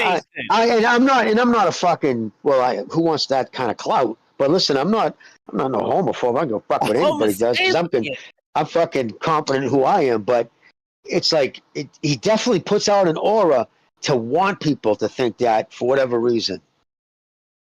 So Jimmy, he walks around with the fucking purse. He walks around with the purse, he likes dude. man love. Shut the fuck up, will you, dude? Jesus Christ. Yeah, what Quantum said, I heard some people say that on Twitter because people always, the Tank fans are always saying that Devin Haney's copying his style. Well, it seems like Tank Davis is trying to copy Ryan Garcia's style now of acting as outlandish as possible, but I don't think he realizes he's coming across as fabulous as opposed to outlandish. The other thing I wanted to bring up is that Adames just weighed in. And he looks strong, man. He's got a strong, like Terrell Gosh is not no skinny guy.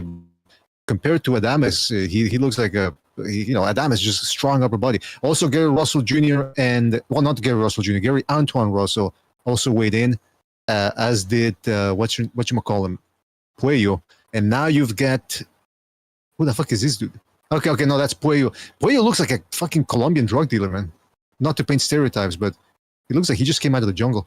What else? Well, okay, so Jimmy, well, you're not buying the fight. I think you already said. And I'm getting tired of it. I'm gonna get it because honestly, I'm really interested in a Gavajic fight. I really am. I think honestly, if his legs don't betray him, and his legs not old, I think he beats him. Ooh, I think he beats him in a decision. Yeah, because I think he bit off too much each chew. Sorry. Yeah, that's I think the age though. It's that's the big question. That's it right there. What I do like is he fought 3 times in the past calendar year, so he doesn't not dealing with ring rust, and he's bigger. He's going to be the best boxer he's faced, and he's fought 250 amateur fights. He's been on the world stage many times.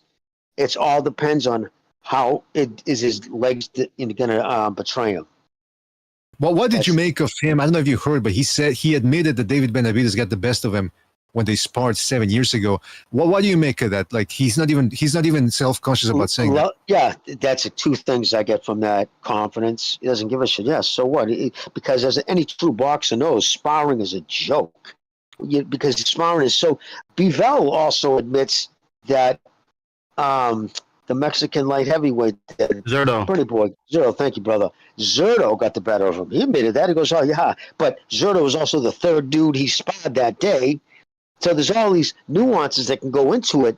But you can say, like, there's been times when I sparred Mickey when we were kids. Like Mickey would be smiling and fucking working out, and I get in there nice and fresh, and I'm dancing around. If we go a couple of rounds, I look like fucking a world beater. But all things being equal, I'm gonna be fucking pissing blood if it was a real fight. Forget that shit. No way. Yeah. You know what I you mean? could be It's like- sick. Yeah, you could be sick that day. You could have done road work and came. Yeah, you could have done road work, came back, and they're fresh, and you're not. Rubbly. Yep, Yeah. your legs are fucking heavy. You're just not feeling it that day. You didn't get enough sleep the night before. It also lulls. I think this is the reason why Benavidez wanted this fight so bad. I think he remembered that as a young man. Oh man, I fucking got the better of him that day. You know what I mean? In the same way Zurdo got the better of Bivol, and that was the driving force behind him wanting to fight Bivol, and we all saw what happened. I mean, he got fucking taken to school. I'm saying right now, Gavajic is a very talented kid, right? Good Russian-trained fighter, well, Ukrainian. He's got his fundamentals are very sound. He's bigger. He's taller. He's the first guy who's actually all the things that Benavidez does wrong defensively, you can get away with it because he's fucking always 6 inches taller and fucking 30 pounds heavier than who he's fighting. This will be the first guy that's not the case, who will be able to, if he comes in squared up, goes to put his head, just put his chin back with that crab half style. I'm telling you right now, if there's someone who can take advantage of it, it'll be Gavajic. And if his legs don't betray him, I think he'll beat him in a decision. He seemed shocked to me though, Jimmy. I was watching like some of the highlights of his last fight, and I was noticing he kind of seemed hesitant. More than usual? Yeah. He doesn't look like the same fighter, bro. Yeah. He doesn't look the same. See, that's what it'll all come down to, right? It'll come down to that beating. I don't know, that beating he took. That's, to me, that's the factor. I don't think it's the same guy that we're gonna get that who he was years ago.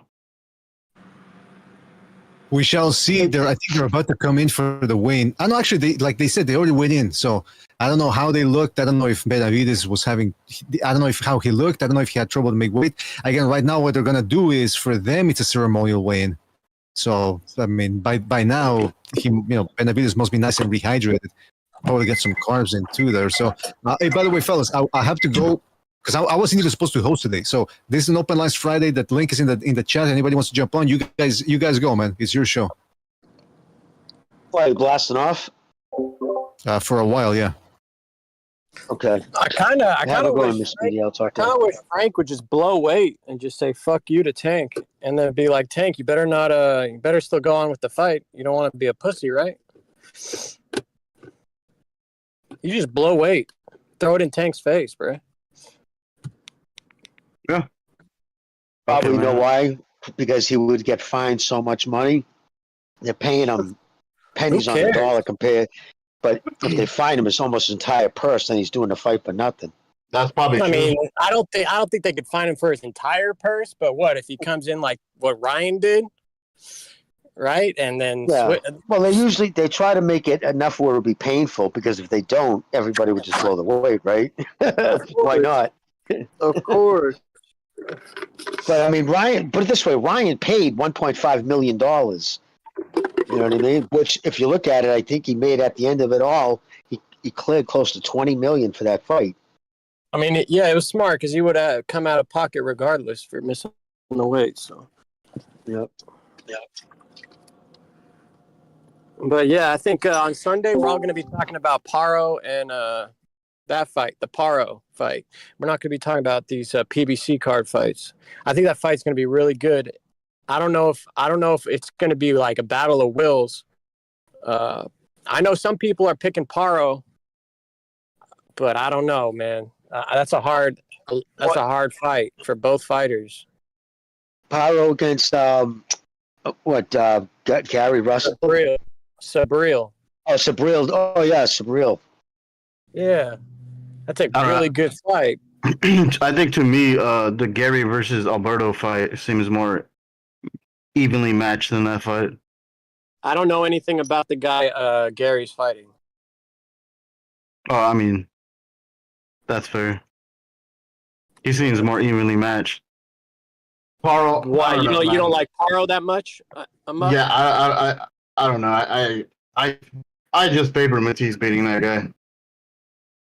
Yeah, I really liked what Paro did to Montana Love. He just dispatched him real quick, beat the shit out of him. And then Paro also had a pretty big fight with like a local Australian kid who was like undefeated, like had a buzz. And it was pretty 50-50 even fight coming in. And Paro knocked him out in one round, just destroyed him. Paro's pretty good, man. I think people are sleeping on him. I don't know, but I just don't think Montana Love was that good to begin with. Me either. But the way he just destroyed him, bro, it wasn't even competitive.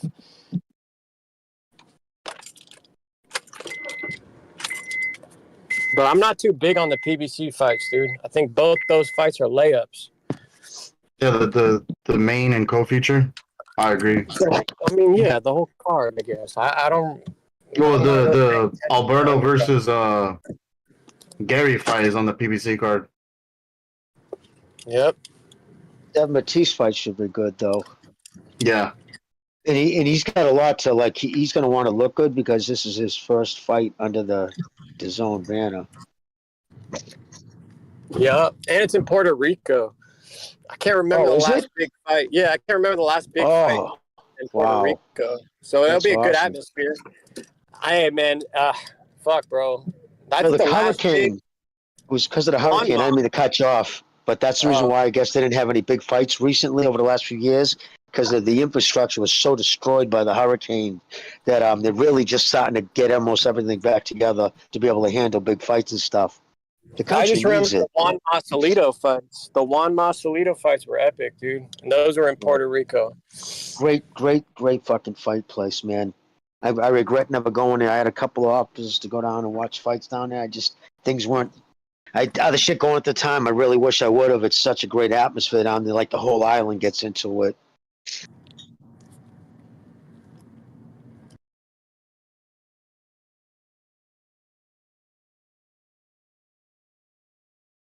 Fucking island. That place is a beach.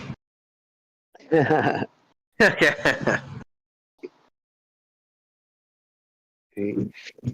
it's crazy too. Like if you spend some time down there, I mean, I went down there for a week once. It's for not a very big island, but they got like mountainous areas. They got like almost 3 different kind of climates in that one. You know, they have the inland and almost a deserty type area. It's pretty crazy. Nice people there though. I'll tell you, man. I didn't have any problems at all. It's like any Puerto Ricans I've had an issue with, ones from lived in, who didn't speak Spanish, coming to the United States, they become they get the U.S. fucking nothing but nice. And I wasn't always at the most touristy areas either. Like, I was off the beaten path. So, you know what I mean? Yeah, there's plenty of them here in New York City. Let me tell you.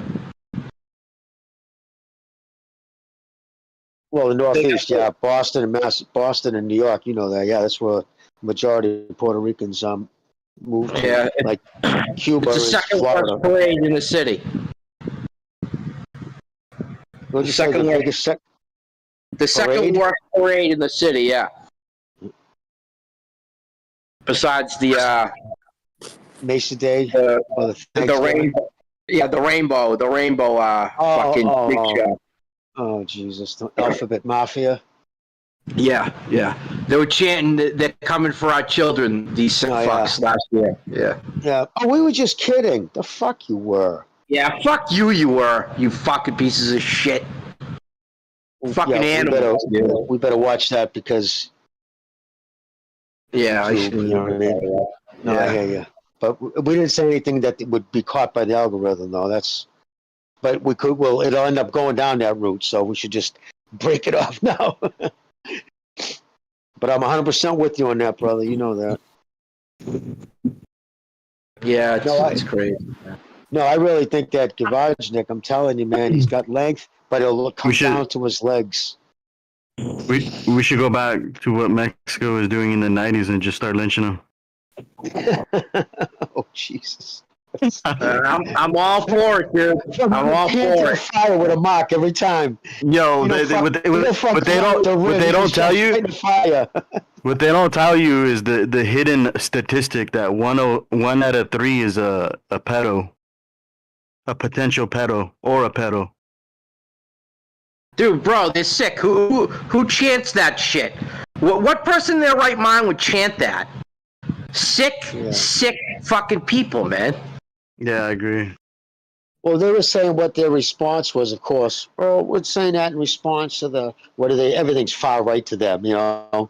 If you believe in standing up for the national anthem, you're far right nowadays. You know what I mean? It's fucking retarded. But anyways, it is what it is. Those fucking weirdos. We'll do a second renaissance for that. That could do a 3-hour show. Trust me. Yeah, and bro, most of them are mentally ill too, bro. All these people are mentally ill. It's like, you know, did you ever see that Piers Morgan when he asked that girl, that lady? So if Mike Tyson wanted to transition to a girl, you'd be perfectly fine letting her fight another woman? And dude, with a straight face, this lunatic says, "Yeah." And then she's the brunette girl. The brunette girl. She had like I think like light brown hair, but yeah, dude, she's a clown. Yeah, bro. I couldn't do that with a straight face. I would have to laugh. Bro, he goes, that's utterly ridiculous. And bro, obviously, that's somebody who's fucking mentally ill, because anybody in their right mind, like, come on, bro. Like, you're either fucking stupid or you're mentally ill. Well, I think we've gone past that now, because they just passed a law now. Like, there'll be no more of the men and the women swimming in college and shit. But it is what it is. You know, I don't want to go down that road, because then if we open up that can of worms, I'm telling you. Yeah. We can end up getting, you know what I mean? Because that's the number one thing they love to fucking pull channels over. Let them think you're talking about the Alphabet Mafia and forget about it. You can say anything else. We could sit there and denounce Christians all day, say whatever horrible thing you want about them. Nothing comes of it, but I got a question for you guys. Classes. Yes. I heard that guy that beat Okoli. You remember that guy that beat Okoli? I heard he's fighting this weekend against some random undefeated dude. You guys hear about that? On the zone? I have no idea. I can't even remember, to be honest. Huh. No, I got to check that. That'd be crazy. So that'd be 3 different cards on the same night? Because you got top rank and... Huh. Yeah. Is it Icoli, you said? The guy that beat Okoli. You remember that guy that upset Okoli? He's fighting this weekend. Yeah, Chris William Smith, man. Yeah, that guy. Yeah, Chris William Smith. He is fighting this weekend. Yeah, bro. Frank does not look good, bro. Frank looks so drained. I've never seen him look this bad. Yo, do you guys know how much fights it be? Jimmy, can you hear me? Why did they fire Ellerby?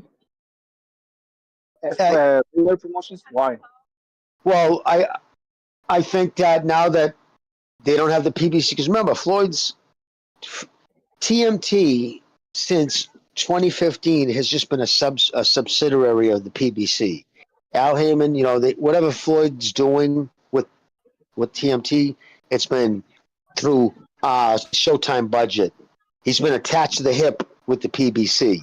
Now he doesn't have that. He doesn't have anybody coming in financing these fights, and he realizes Ellaby is not the one to be dealing with bankers, investors, and those types. Whereas Tricky Dick, fucking that slick fucking backstabber, Schaefer, he comes from the world of banking, right? He world banking has been his thing, right? That's where he comes from. So I think that's what's that, brother? A Swiss banker. Yeah, exactly, my friend. That's so everything. Exactly. So he if you look for someone who has inroads to investors, I think you can't do worse than Schaefer. Do I think he's a good boxing guy? No, because every boxing venture he's got behind, whether it was the World Boxing Super Series, that fell apart. And then he got involved with that other thing that fell apart through its connection to Michael Canahan. So he's tried a few on his own, right? Since leaving the what the PBC. hell is Mayweather promotion? What the hell is TMT? What is that? Like, what do they have? I've never seen a promotion. I don't remember the last time I saw an event that was promoted by. Yeah, Bucho, I watch it every weekend. Yeah, TMT. Yeah, TMT, the match stream team. That's what it stands for, right? TMT. Well, for me, it's just more indication that he's trying to break away from the PBC. Because if it's true that it's Steven Espinosa's taking over the PBC or whatever's left of it, Floyd doesn't want to be attached to that. He's not going to. He knows that at least Espinosa's not going to start handing money out to Floyd the way Heyman did. So he needs, if he's going to keep TMT alive, he's going to get Schaefer involved. And Schaefer always wants to be in part of boxing. He just hasn't been able to put it together. So maybe he thinks between Floyd's name and his banking connections, he could pull it off. So we'll see. But that would be the reason behind that. Ellaby just has no financing, capability. I think Mayweather's name has already been used with the PBC to attract fighters at the beginning, and I guess they were successful with that to a certain extent. But now, I think Mayweather's name has been tarnished when it comes to promotion and managing and stuff like that. Well, yeah. Plus his reputation amongst young fighters, people know what this. It's always the same thing. Don't sign with him because he promotes himself more than you. Like if you're gonna have a fight, how many times have we seen it? Right? Davis would have a fight, and there's Floyd at the microphone talking about his next opponent. And I think Tank Davis noticed that. He was pissed, man. Yep. Of course. All the fighters did. Yeah. I remember every time Canelo had a fight, he would announce something like, "Oh, I'm gonna fight this guy. I'm gonna fight Jake Paul or whatever." He's a diva. Yep. Yeah, and that's just narcissism because he hated the fact that he was no longer the face of boxing. Like I said, it's a famous temper tantrum he threw when he went into the MGM Grand, and he used to walk into the MGM Grand lobby. Yeah. Remember, it was all Floyd Mayweather paraphernalia. And the day they tore that down, about a year after he fought Pacquiao, he lost his mind. I'm never coming back in here. Circus. I don't know what's gonna happen when he's in his 50s and he can no longer even, do exhibition matches. I mean, he could, but it's just gonna, it's not gonna be the same. I mean, he needs somebody like Schaefer. Honestly, too, I think Schaefer is going to be involved in doing things like selling his watches. Like he'll entrust him to do. She goes, no, I'm dead serious because he has some $18 million watch.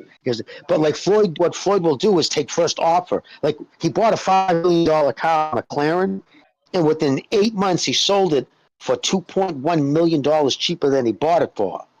Like that's just stupid financial moves. So maybe he's gonna have him handle that type of shit because he's gonna have to he doesn't have any more planes. The TMT plane that's gone. Those were leased anyways. All his $3 million cars now are $500,000 cars. But he does have assets he could sell off. But nobody would be fighting if they didn't have to. He fights because he has to, because he doesn't have he did invest a ton of money in New York that one big fucking building, right? But there's 100-something investors in it. He's just one of many. But the New York real estate market has crashed. So yes, he's got all that money invested, but I'm sure it's not turning any money over right now. Half the building's empty.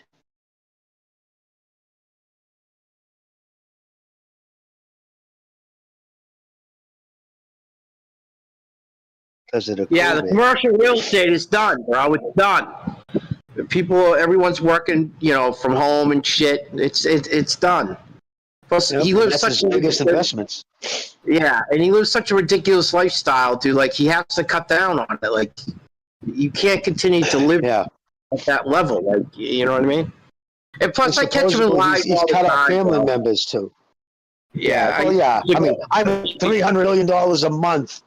Yeah, get the fuck out of here, bro. He's telling people, I'm invested in a gold mine. Shut the fuck up, bro. Shut the fuck up. So it's you're making $9 million a day. Is that what you're trying to say, brother? Come on now, stop it. Yeah. And he's held in Dubai or whatever, fucking a month. He was there for almost 2 months. Court. That is court. Yeah, it is jail. I heard that he cut off a lot of family members, and of course, in true family rat member, fucking they want nothing to do with them. Like I don't know if you guys remember back in the day, his mother would come into the gym, and when he was at his height, and she would say, "I'm going shopping, I need some money. How much?" And she would hold her fingers out like that fucking Goodfella thing, and she'd grab like a $5,000 stack and. And he said, look at my mother wears $10,000 Gucci sunglasses. I'm like, well, that's a good investment, dude. That's a good investment. Is he still sponsoring that NFT? What, that Nerf gun thing? No, the NFT, the crypto. Remember, he was sponsoring some fucking crypto. No. In fact, that's in litigation. He was almost arrested for that. I heard he got scammed. Yeah. I heard he didn't even get paid. Imagine the scammer getting scammed. Talk about poetry. Did you guys hear if you're making $9 million a day, you're not fucking selling. You're not fucking hawking fucking water pistols. You know what I mean? No, I was talking about NFT, the crypto. Oh, I know exactly what you're talking about, but I'm saying, like, if you ask what's his endorsement deals, one's a water pistol. I don't know if you guys ever saw that. Bro, no, I didn't know that. Bro, if you listen, my background is Wall Street. Like, I catch him in lies all the time. His shit doesn't make any sense, dude. He doesn't make any sense. The shit that he says. And I guess Al Heyman stole $100 million from him. I mean, it's crazy. Well, have you seen the way he dressed, JJ? Yeah, like a fucking idiot. Yeah, the way he dresses don't make any sense. He'll wear like air pilot shoes with the fucking windbreakers and a lifeguard jacket. Makes no fucking sense when he wears. Like Jimmy said, like, dude, he buys a McLaren and then sells it 3 months later for half the value. Like, what are you, a fucking retard? Yeah, those are just dumb financial decisions. I mean, come on, dude. That's how you lose your money. Bro, he buys like 30 cars, right? And then he buys the same 30 cars in black and then another 30 in white. Like, dude, you're a fucking idiot, dude. You're a fucking idiot. And he owned 3 McLarens. Remember those McLarens he had, the 3 of them? And he would literally hire 2 people as people to drive them. So when he would show up to a nightclub, he would park all 3 of them. He's a fucking idiot, dude. He's an idiot. And that's in his 40s, right? He was like 41 years old when he did that. Like, dude, I mean, like, at some point, man, you got to grow up to. Like, really, who gives a fuck? Wealthy people, true old school, old wealth, they don't want you to be wealthy. Like, most rich people, they're not even on social media. You know what I mean? That's true. Like, I've actually met some people like that. I met some people like that, and believe it or not, if you would have walked next to them at a grocery store, you'll never know because they'll be wearing like the oldest clothes. Yeah, dude, They don't want people knowing that they have money, so they Bro, the richest family in Dallas, right, in Texas, I forget the name. They actually just bought the Mavericks from Mark Cuban, right? So, dude, this guy used to wear people in Dallas used to like making fun of this guy. He used to wear the same jeans all the time. He didn't give a fuck. You know what I mean? I forget the fucking last name, but it's like a prestigious last name. But bro, like Jimmy said, like people don't, and like Mark said, bro, like the people that make like crazy money, dude, they don't put this shit out in Front Street. Yeah, like I'm still friends with one of them, and they're really nice people. They're a really nice old couple, right? And I don't want to talk down on the channel, but it's a big YouTube channel, and they rent it out for Airbnb. And I know the owners of the house. It's like a 3-story mansion, very beautiful home. The home's probably worth like at least 80 million to 100.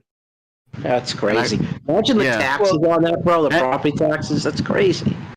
Well, Joe, they on Twitter, right? They bought the property when there wasn't anything on it, so it was like an empty lot when they bought it, and then they started building on it, and then they would rent it out for Airbnb, and eventually it got better every time. Yeah. What did you say? What did you say, Jimmy? I'm sorry. No, I was just saying, you know the kid Haymanites, right, on Twitter? Yeah. With that funny shit, he go bashes. Dude, you should like. I asked him, I'm like, do you have a Facebook page? And she goes, no, my grandfather fucking, which sucks, but yeah, like none of them. His cousins, his sister. I think he's got a sister. Yeah, just a sister. And she doesn't have any social media page, dude. When I went to the Triple G, Jacobs fight. I met him on Twitter, but he was going to the same fight. And he says, hey, listen, I know the quickest ways to get into Madison Square Garden. You know, he says, I live right off the highway. Well, I'll go to Danbury. And I said, when I pull up to that, I'm like, okay, is this the driveway? Dude, I drove about a minute before we got to the house down the driveway. I'm like, dude, you grew up in this house? And he's like, yeah. He's like, dude, it was a $33 million home. In Connecticut. Wow. 33 million. I'm like, dude, you're fucking. He goes, no, I'm not rich. My father, he's from South. His mother's, I think, Japanese. I know he's said it. I'm not saying anything. I think his mom's Japanese. His father's South African. But that's where he calls himself from, originally South Africa. But yeah, that kid grew up in crazy money. But like he said, nobody around here, that's like a nouveau rich thing. Like, to him, like his grandfather said, I want to see your name in the paper twice. The day you're born and the day you're married. That's it. Yeah. They don't believe they don't, because obviously for kidnapping, there's all kinds of reasons. You just don't. Oh, yeah, dude. You got to move. Private. Yeah, you got to move a totally different way. That's why I'm not doing like Instagram pictures in their backyard. And you're like, what the fuck? You living in that place? Fuck, it looks like an old medieval castle. But yeah, but then because they'll tell them too, security companies, because those houses and people like that have security. He's a security company. They'll tell them, don't take pictures inside your house where they can see.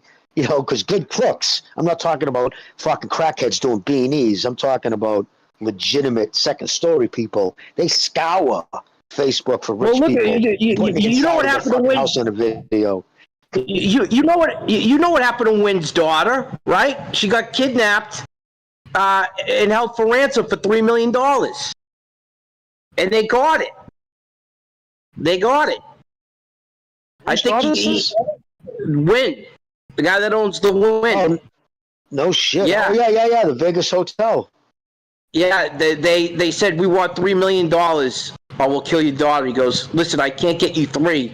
I can get you 2. And I can get it to you within an hour. And the guy goes, okay. He goes, fine, that works. He goes, okay. You know what's fucked up? People don't realize, too, like $3 million in cash, if it's in even hundreds, that's a big-ass bundle. That's like a gym bag, chock full. Yeah. It's a big ass gym bag, and that's in hundreds. If you had it in smaller bills than that, forget about it. It'd be a duffel bag. Yo, I'll take a picture of that house I'm talking about, like that. You guys could see what I'm talking about. I can't really show too much of it because the owners prefer to be more private, as you guys mentioned. Was it Orange County? No, it's in Malibu. Very beautiful home. There you go, Malibu. Yeah. Oh, kidding me? They're all gorgeous.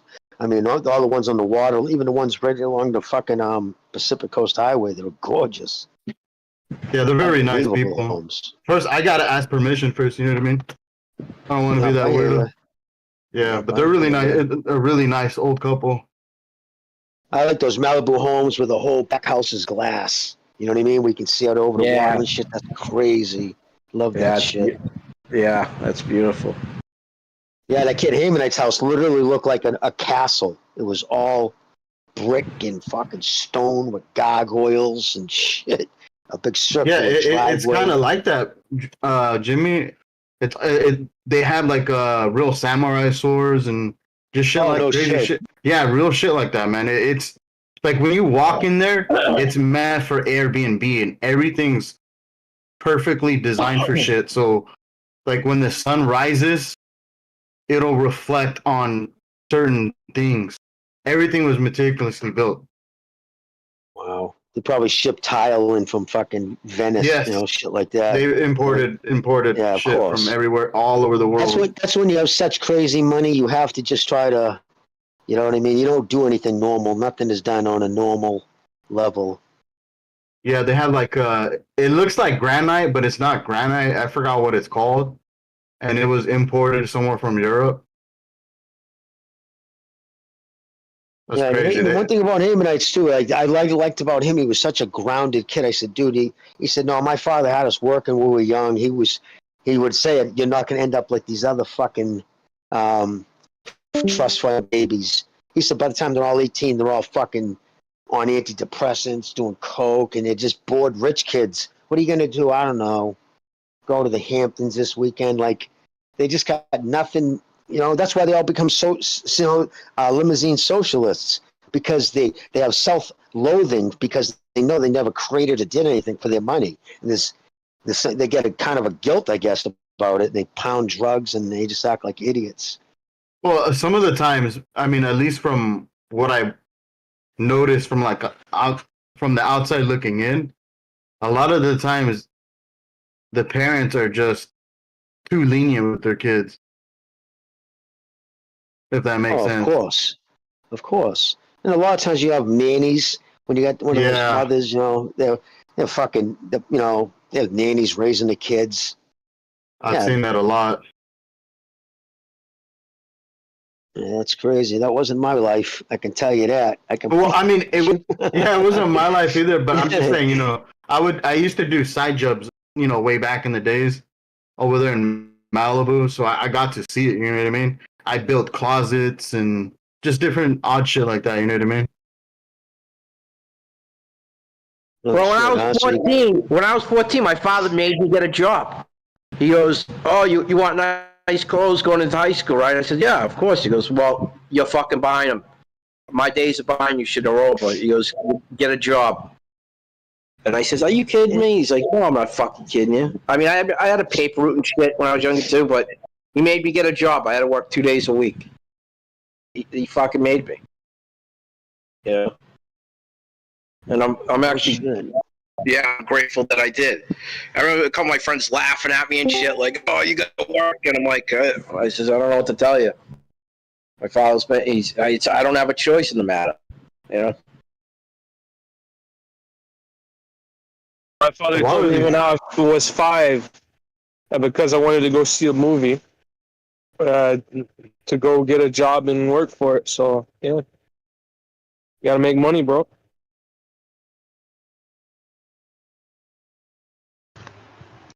So what you guys think about Matias and Power Fight?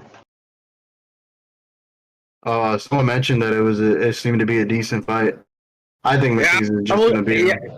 I'm looking forward to it. I want to see what this kid's made out of. I mean, he's getting good. Go ahead, go ahead. Is he any good, or is he like overhyped? This kid. Damn, the guy that could have talked about it is I am your leader, and I don't know. I don't think he's that good, to be honest. Paro. Matthias? No. Yeah, Paro, the guy he's fighting. I think Paro has to be honest, very good IQ, man. I mean, to be honest, Matthias is I like Matthias. Don't get it twisted. I like his style. But he's being a little bit overrated. I don't say he's gonna lose this fight, but there's a big possibility he's gonna look ugly in this fight because Paro has certain characteristic that it can go his way. Like he's very accurate.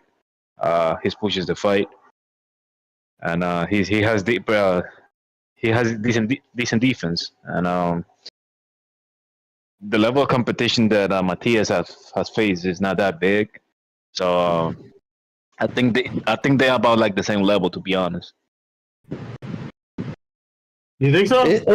Yeah, I think so. I don't think they're on the same level. I don't. No, I don't say they're like the same level, but they're like about the same level. I don't think. I think Paro is like a level or two under. If I'm gonna be honest. Am I the only guy in here that thinks Martin can win tomorrow? Yeah, you're one of the few guys. I mean, I think so too. Davis' power at 135 is overrated. Like if you pick like the guys he didn't put a rehydration clause, like Gamboa, he couldn't knock them out even without mark function. Well, into a 12, but that's basically not going 12. But went all those rounds on a bad Achilles tendon. Yeah. And that's the thing, though. Like, the funny thing is, like, Gamboa was not like trying to like survive. He was actually trading with Tank, and Tank got marked up in that fight. He got all marked up. Yeah, but Ricky Martin lost to that fucking Artem guy and got a good decision. No one was expecting him to fucking.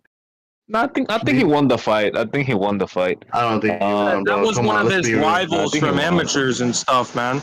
That was one of his rivals from amateurs. Man, people have bad fights from time to time. It happens. You know, I don't hang everything up on just one fight. You know, like what I made of the fight, it was a clear, good boxer, and the other guy just it's not like Frank Martin's a bad boxer, but I think in that particular fight, natural ability like won him that fight. Like he just because he pulled the trigger a little faster. He was landing a lot less. No, yeah, but just because the thing about Frank Martin, and this is the reason I give him a good chance against Tank, is because he's really accurate. And something that Tank have lacked to face is like very good punchers outside of like dehydrated Barrios. And Barrios was giving him a lot of problems. But the only thing is like Frank Martin doesn't have the length.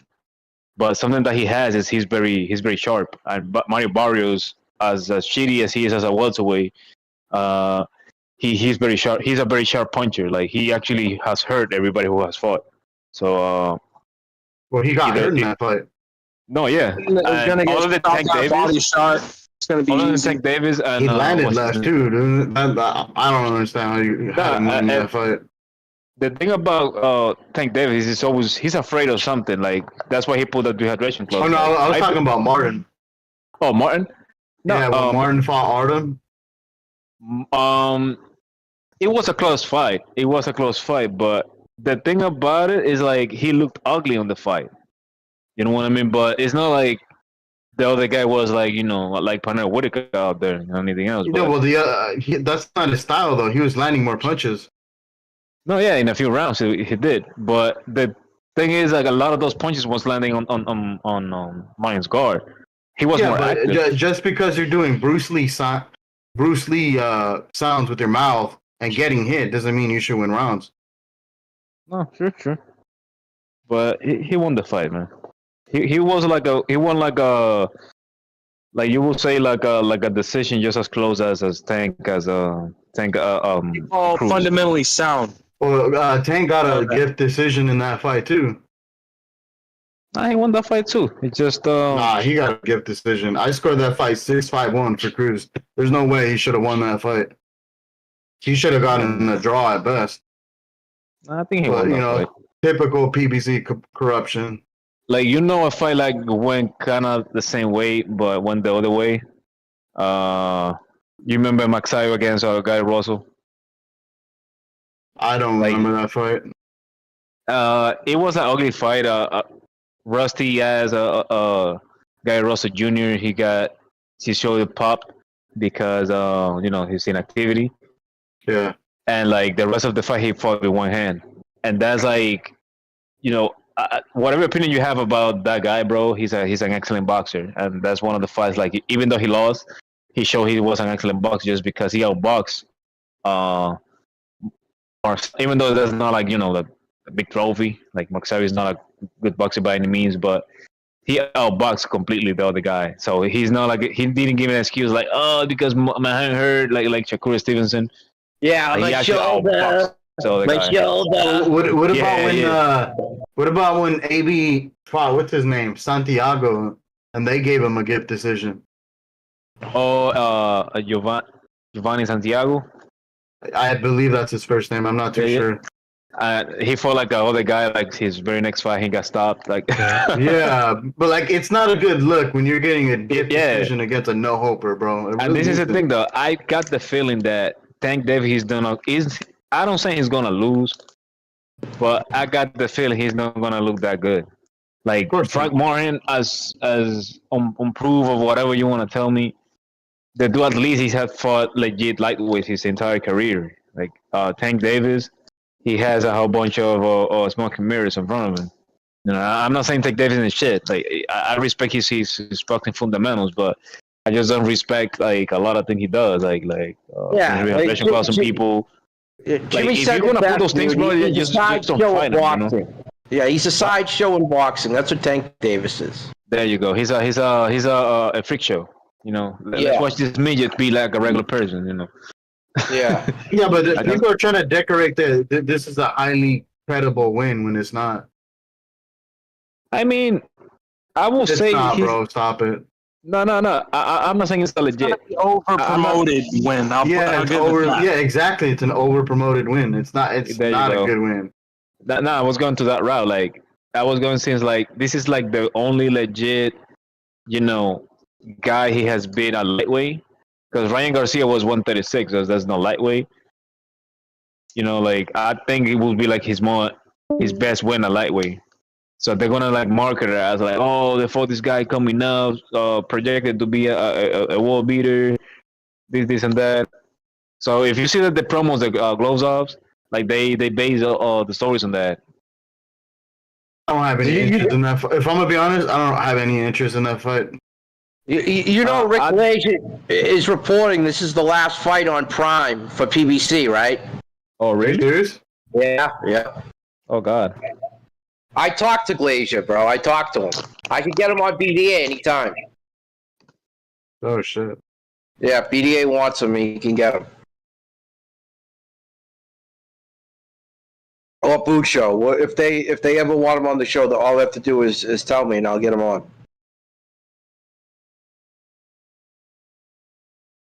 Oh, God. Glazier really thinks that? I mean, other than like the Tank, I think here's the funny thing though. The undercard of Tank Davis is way better like than the main card itself, if you think about it. Well, the only card that seems interesting to me is the Gary versus Alberto. They kind of seem more evenly matched than all the other mixed matches. I think the PBC usually has it. I think the Russell kid. I think he's one of like the most let me legit. just say something to this little dickhead over here who just said something smart. Oh, we actually believe that? Ask BEA, dude. I told him about it 2 months ago, you fucking dickhead. So shut your fucking mouth. I told him I told him in private fucking 2-3 months ago. So shut the fuck up, bro. You don't know shit. You're talking. I'm just saying Rick Glazier isn't always the most credible source in certain regards. I mean, really? I haven't heard, dude. I'll tell you right now. I've never heard the guy be wrong. Anytime he's come out, and I thought you were like talking shit to me. So if you weren't, my bad.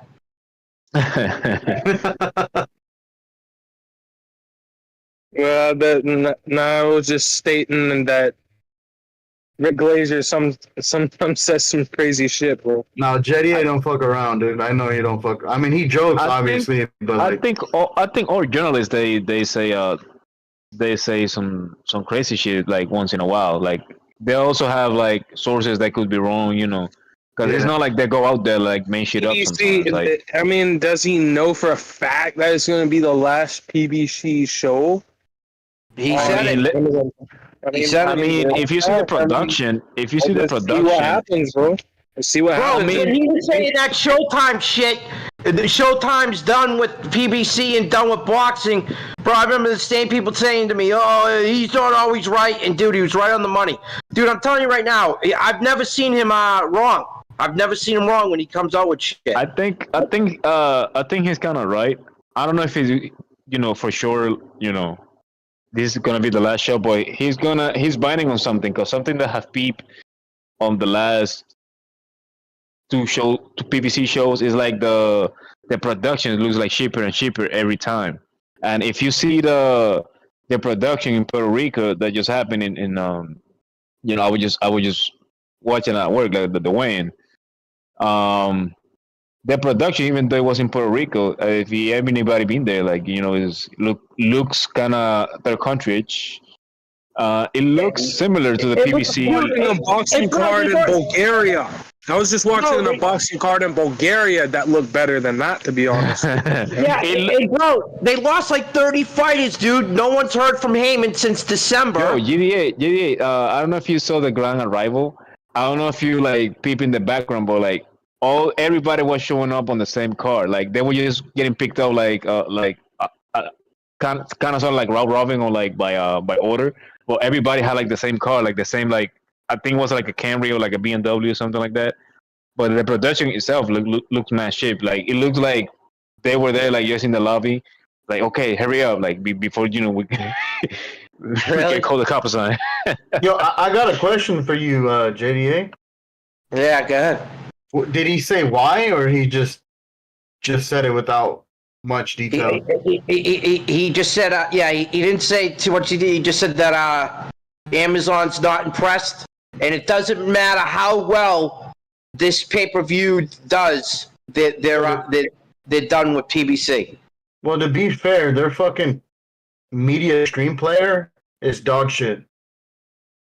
I mean, the thing I think they done is because they were supposed to make like how many shows, like 14 or some shit. So how many PBC shows have? Breach of contract has to be a network contract here, man. Well, I mean, I can't just go dipping like that. I don't know if you guys remember, but when they were leaving Showtime, I was like, yeah, I could see them moving to Amazon. And the reason why I brought that up was because I'm a fan of other combat sports, and I watch one FC. Something and, Amazon would have been a good platform because there's less middleman fees. And the thing is, dude, Amazon's not even giving them money to put on shows. They're just saying, listen, you can use our fucking. I mean, what kind of deal is that, dude? Like, how the fuck, you know what I'm saying? Like, you gotta get paid, you gotta get money for fucking, to put on shows, dude. Like, which is funny to me, because to me, I think Amazon needs to hire some software engineers and make a better fucking live stream media player, because the one they have is dog shit. It's so terrible that when I watch ONE FC, I'd rather go to TMT than Amazon Prime because it's so terrible. Yeah, bro. Like the Thursday football shit doesn't look good either. No, you're right. Because I see some NBA games over the platform. I mean, it completely sucks. Yeah, it sucks. I mean, dude, I remember when Al Heyman was paying for fucking for airtime with NBC, and I go, dude, why would you waste your money? Why won't you just sign up with the network that wants your content? You know what I mean? Because there's plenty of them out there that be willing to pay for it. Like, why would you throw money away? That's like a lot of fucking money, dude. You know something? And I was like, he must have been fucking stealing that money. I know that's what he was doing. Because it didn't make any sense, dude. This is something that just occurred to me, JDA. But boxing is the epitome of money laundering in sports, my friend. So enjoy it, sit back, and enjoy the bribery and smoke and mirrors on the way, my friend. And dude, my bad. I thought you were that dickhead. What's his name? That stupid kid's name? Mirage? No, not Mirage. The kid that I went off on today. Quantum?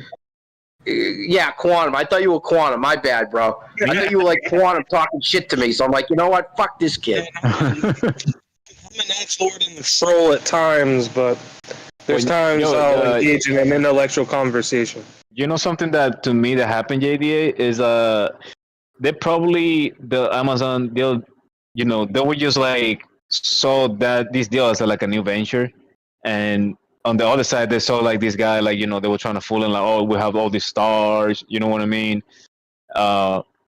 And the thing is, probably Amazon called the bluff, and they were like, okay, this is a deal. You're only gonna get the cut of the pay-per-views, right? Because we're just gonna like be the platform for your fights, but we're not gonna like provide any money. We're just gonna split the money on the pay-per-views, and that's it. Like you own your production and your boxing stuff, because we hear boxing products and shipping out to houses.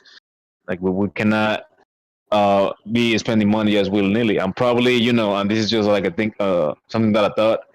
Jeff Bezos is like he's divorced and he's just spending his money in cocaine and prostitutes. He's probably watching a lot of podcasts and stuff, and he probably like stumbled on a lot of like boxing podcasts. Like, oh no, fuck these people. Like, yeah. And I'll tell you right now too, dude. Like when you got Steven Espinoza now supposedly running things, bro. That guy fucked up. He literally fucked up one of the greatest boxing channels you could. I used to love Showtime boxing, bro, and that fucking peckerhead fucking ruined it. He's a savior of Amazon Prime. Being on BBC, bro. He should have made demands with him and like, fuck you. You're putting this fight on this fucking next card, or fucking we're not putting on any show. Dude, talk about a fucking idiot, bro. You know what I think? Put you on against Heyman, bro. That would be hilarious. You know what I think, ADA? I think Showtime boxing is gonna like reemerge when it's like a lot of money. When this crop of fighters go away in like 5 years. Like when it's like good fighters, like the kids like Abdullah Mason, Bruce Carrington, all these kids that coming up will be like the next crop. I think that will come back. It's just like they don't see a lot of like product to like to invest. The new boxers right now, they're kind of shitty. They don't fight themselves, and you're not gonna have like a 3-year contract with a boxing promotional company or whatever for like 3 years to only have like 4 fights, because this guy only fight like once every 2 years. Well, you guys heard what His Excellency is going to be, he's trying to do, right? He's trying to buy out all these promotions and start like their own boxing league. And it's going to have like 12 weight divisions. Bro. It'll never work. It'll work. If you sell out to the Hodgies, that's a bad idea, my friends. But the problem with you bend the knee? For that. Well, bro, there needs to be a shakeup because it's it's just not getting any better, bro. You got 5 fucking belts with two junior belts now. It's fucking ridiculous, bro. They need a shakeup. Yeah, but I don't really think it's that simple that they're just going to come in and like buy everything. I think it's gonna be some type of split, because at the end of the day, they got money to like money to blow. But we're talking about the billions of right now, and like in a lot of these investments, it's not a guaranteed money. But also, let's not forget, like boxing is one of the sport is how you call it? It's a show business, so it's a lot of money, in tickets, pay-per-views, and stuff like that. So and the fight is part of the show. A lot of these let's admit, a lot of these fighters are being overpaid what they're really worth. Yeah, And they were. this They shit, were, this especially shit needs when. to happen, Yeah. dude. The system needs to crash in order for these fighters to be I paid believe so properly. too. Like, imagine if they have like a, since they're gonna have, they be they're going to be like, imagine like boxers having like unions and pay time offs and shit like that, and like actually like be forced to fight. You know what I mean? Yeah. Like, Yeah. okay, every summer we have a tournament round robin. Every top five versus whatever. Like everybody in the top five has to fight each other. Or something like that. Like Yeah. we need Well, to like get like an undisputed champion every year or some shit. Like as soon as that's done, boom, all belts get splattered. The one Whoever thing gets the one thing that concerns me, dude, is how the Olympics is canceling boxing, because that fucks up the sport right there. That they're no longer going to have boxing after, I think, this year, after the Olympics in Paris. It's got to get worse before it can get better. It'll force the sport to change for the greater good. Bro, they're doing an MMA. They're having an MMA thing in the Olympics. Yo, that's crazy. That's actually too late, man. It happened back in the 600 BC. Pancration was a gold medal event. Most definitely, bro. A lot of bad motherfuckers went through that.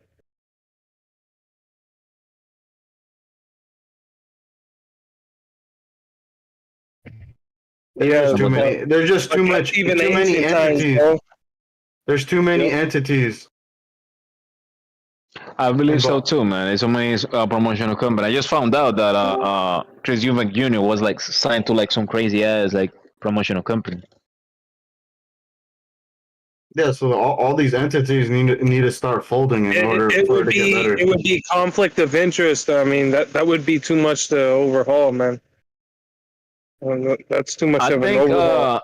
I think it would work in the sense they're gonna like buy out. If they don't buy like the promotional companies, I think they're just gonna like buy out the like the star contracts overall, and they're just gonna leave like the promotional companies with like the balls per se, and like they're gonna be forced to like sell them out, because like right now this is what's happening. Like every cash cow right now is trying to get something in Saudi. If you peep, what? Skills Challenge needs to start like the promotional company that the Saudis have. They need to start doing more shows outside of Saudi Arabia if they plan on really spreading their brand. So this is. I mean, yeah, but also I know they're doing it very soon, but yeah, but the thing is, they're not. I believe they're not them selling doing it like over and over again will help spread their brand and definitely help that tournament or that league grow. No, I'm with you, but the thing is, and this is the way they think, they're not selling tickets to like the regular folk. They're selling tickets to like like the people who actually got money. Like, I mean, their shows look kind of empty to me, man. Like, what do they do? Do they do what the stupid Monaco fights do? When there's only like 200-300 people in there because that's what I'm trying to say. Like, how much money you think like every individual person has there in there? Like they probably like everybody there is like royalty and shit. Like because we're talking about a site like Halachik is because he's like a public face now, but we don't even know how many people like are like middle class that like they're actually rich if you compare to other countries. Like. I don't really, because the thing is, like, in United States, or like on the worst side of the world, like for the most part, they set those for like the common folk. But over there, those shows they're more for like the elites. Even like women basketball, like you don't see like the regular folk going there. Who the hell watches that? I know, but the thing is, like, I remember they don't have leagues over there. They don't have NBA, they don't have baseball, so they have to like. I've seen social experiments where people would hand you out $1 or WNBA tickets, and most of the people were picking the fucking dollar. I think I saw that one too. Like, who the fuck watches that? Let's be real, dude. For real, like it's not explosive. It's not smart. It looks like it looks like if you see your 7-year-old nephew playing basketball, he's not entertaining. let's be real. The WNBA is a money pit, and what I mean by that is it's one of those things where you're gonna keep investing, and you're never gonna make any profit from. I think it's a tax write-off. Yeah, basically. Because every year, I think I saw a documentary. Well, not a documentary, but it was like a video, like a well-structured video describing like like the money they make, the money they lose every year, and they always lose like around like 10 million. Like the regular WNBA player is getting like the regular like secretary money, so they have to go like to Israel to like play, and over there they get like over six-figure payday, so they're getting more money over there than here. Man, that's crazy.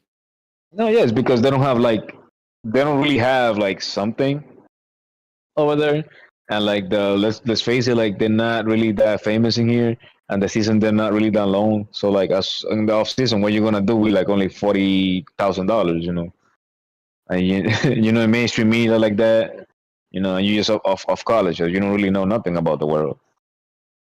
You just a confused, tatted up lesbian.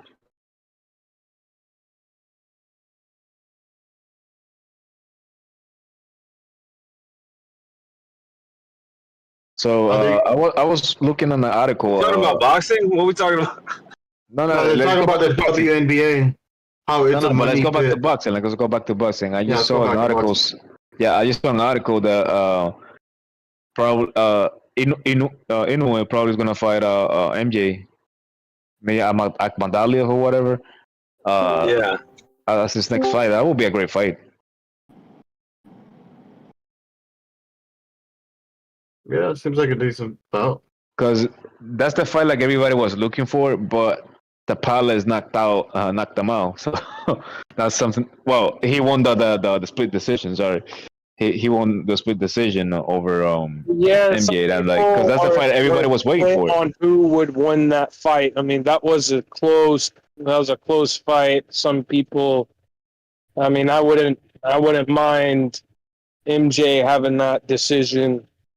However, Tapali's fought valiantly. I mean, that was just such an awkward fight. No, I'm with you. Just like the styles, it was something else, man. You're right. The fight I wanted to see with Inoue, but I think he lost in his last fight. Was Casemiro? Remember Joel Casemiro? He was chasing him for years. I'm not saying that he would have beaten him, but I think Inoue should have fought him. It would have been an exciting fight until it lasts. Casemiro? Yeah.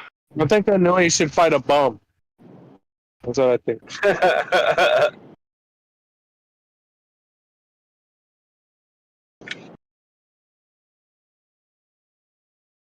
I think he needs to troll the Americans by fighting a bum, just like they do in America. Yeah. Yo, I was just looking over the 160 division, man. It's such a piece of shit division, man. Like I can't believe they have these Johnny Beck, whatever. I think he's like a well refined Demetrius Andrade, in my opinion. Like a well refined Demetrius Andrade. I don't know, man. I was never like Andre Dad. He looked bad at 154 and 160. Well, what's going on with Dan Corral? He's fighting on the Crawford. He's moving up, isn't he? Yeah, he's fighting on the Crawford Madrimov card. Yeah, he's chasing Benavidez, man. Benavidez didn't want to happen, man. Canelo's ducking everybody. He's ducking Williams' skull. Smart my words. And that's a fight that I agree should happen, though. That's a fight that I agree should happen. Benavidez and Morel. Yeah, but it didn't happen. Morel's moving up to 175, so we'll see. Nah, that's what I mean. Like, I think he's chasing Benavidez. Canelo's kind of ducking, bro. And then there's a mass exodus going up to 175. Yeah, we'll see what Benavidez does this weekend. He's actually, I think, positive. If there's anything like he used to be, I still think he can be. Yeah, did y'all see him stand up next to each other? Bosnick and Benavidez? You could tell that you could tell David looks like he's coming up in weight. You know what I mean? He looks a little bit smaller in the frame than Gosvick does. So it's really the first time that I'm seeing him in the ring with someone who is going to be like the bigger guy in there. You know what I mean?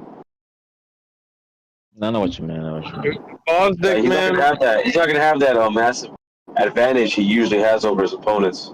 I mean, since you mentioned it, I think I mentioned this before. I think Benavides, something went wrong with his hormones when he was younger, because he's like a big dude, but he's kind of weird because he doesn't have like a wide torso. His shoulders are kind of like they kind of man. He had a diet when he was a kid, man. Eating too many Snickers bars and chicken and shit like that, man. Well, So, I mean, you could get a white once torso when fix you your have a diet lot of and excessive exercise mass. the shit out of everything, You know man. what I'm saying? No, yeah, but he had like your body can actually change like that. No, but his shoulders, obese his shoulders are thin. Like his shoulders are mad thin. I mean, I feel like he could, if he did like bench press or some shit, he could pressure widen out. That could just be like habits, working out habits. You know what I mean? David Benavides is a good fighter, but his training camps are fat camps, to be honest. Yeah. Yeah, the dude was an obese child. He didn't work out. All that weight was fat weight. So, of course, you're not going to have a lot of muscle underneath. Now, maybe sometimes you can build a little muscle because your body has to move around all that excessive weight. But, once you lose all that weight, crash diet, you're not going to have a lot of muscle left. So, Yeah, he looked awkward even when he was ripped, right? He still looked kind of fat. Yeah, he doesn't have that much muscle. Yeah. If he were When he to was on lift, Memo Radio. yeah, if he were to lift the weight, have an Adrian Broner like performance, like the one against Blair Cobbs. Oh hell no, that'd be crazy, bro. Twist his arm and well, the shit. difference there, Blair Cobbs was the naturally bigger fighter. He fought at 154 pounds and came down to Adrian Broner's you think so? On fight night, AB looked like a fat fuck. He looked like he walked out of the buffet and he was like, "Yeah, let's go box." Yeah, Blair Cobbs fought at 160 and 154, so technically he's coming down to 147.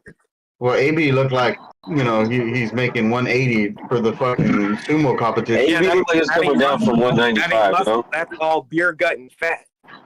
But he always has a welterweight. When he was fighting at 135 and and I think he fought at 132, he definitely should have always been at welterweight. And we saw what happened. I mean, Malignaggi gave him his first good fight. And if Malignaggi can give you a good fight, that just goes to show you that you always wear a fucking weight boot. That's true, bro. I agree.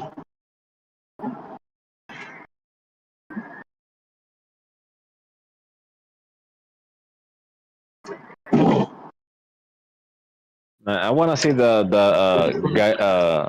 Gary Antoine Russell versus Alberto Boyo fight. Yeah, that's the one I was talking about earlier. Who's he fighting? That fight seems more evenly matched than all the other fights in the PBC has. Who's he fighting?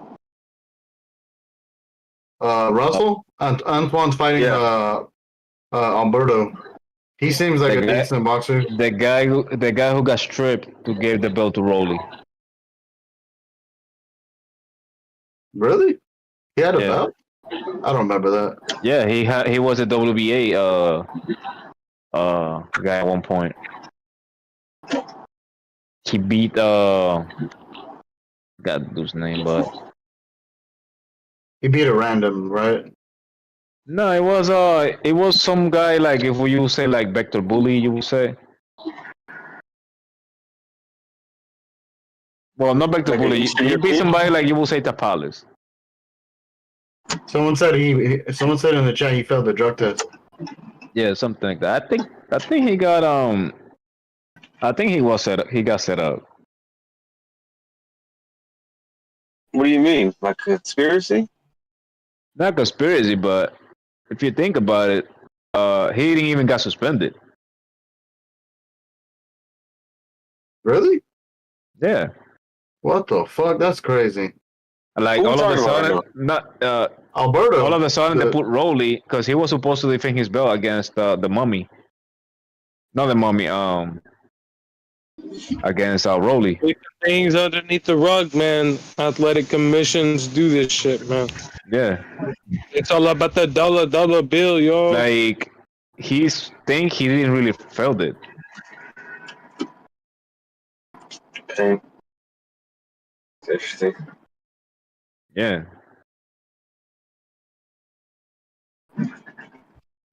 So it was like it was an inside job from the PBC pretty much to get the Rolly the belt.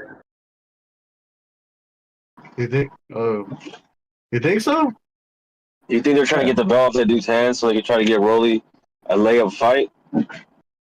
Well, he did get a fucking.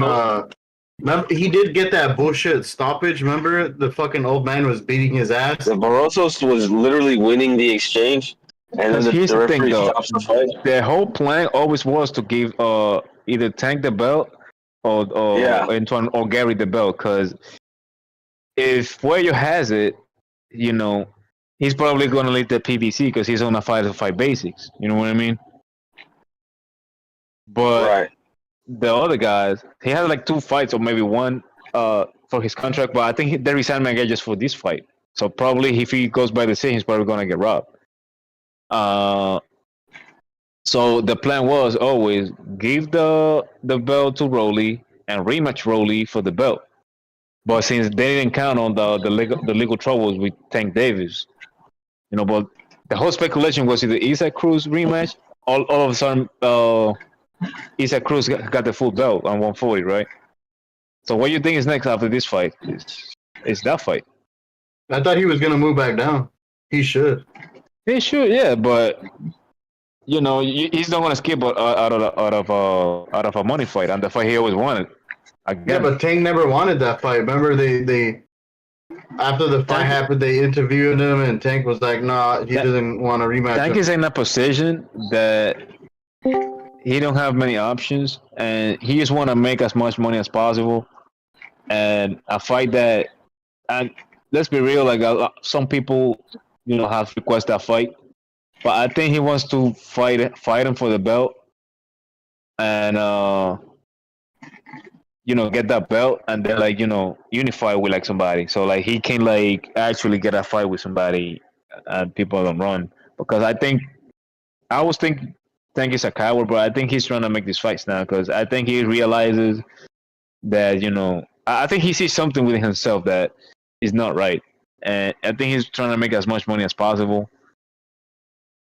You know, as much as you know, as close as Ryan Garcia's purses that he can. And I think this fight is just like a show off. You know, since this is probably the last card on PBC. I don't know, man.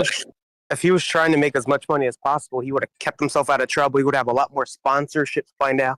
He actually had a big. He don't have the look to get sponsorship. You know, it's nothing against. He had an Under Armour deal. What do you mean by look? And he lost that. Remember, guys, he had a big Under Armour sponsorship that's located in Baltimore. The headquarters of Under Armour is in Baltimore. I would disagree that he does have the look, but he just doesn't have the personality. Exactly, he had a big ethicality first year. No, yeah, but if you put somebody like him, right, somebody who with swag, gangster, whatever, but the problem is his life himself. Like, it's different when you trying to look swaggy. You know what I mean? With tattoos and stuff, you see guys like that. Okay, now that you brought that up, see, I remember being a kid, and I was watching Allen Iverson. You know, I admit I was an Allen Iverson fan. He had a shitload of tattoos all over his body in a different era where it was more strict. This era is more acceptable to it. He just the reason why I bring it up is he has that look. He's the Afro Anglo that they want to push. He has the look. Look at his opponent, Frank Martin. He looks more decent. Price of his Under Armour deal by now. He'd be putting on posters. Remember, he was on the poster of Under Armour in Baltimore.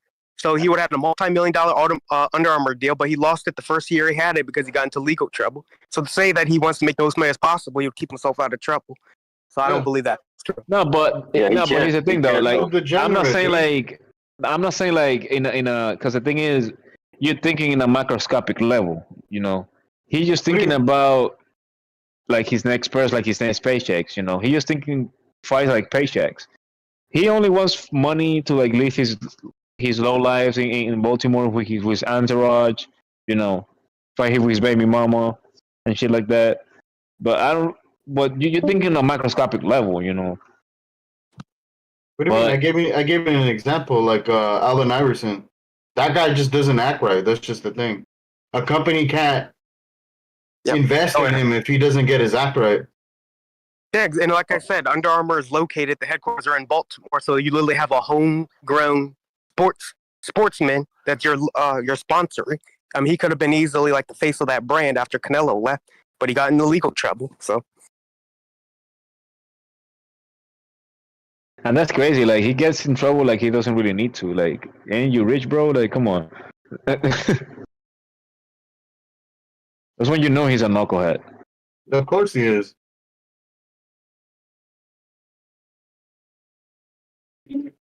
But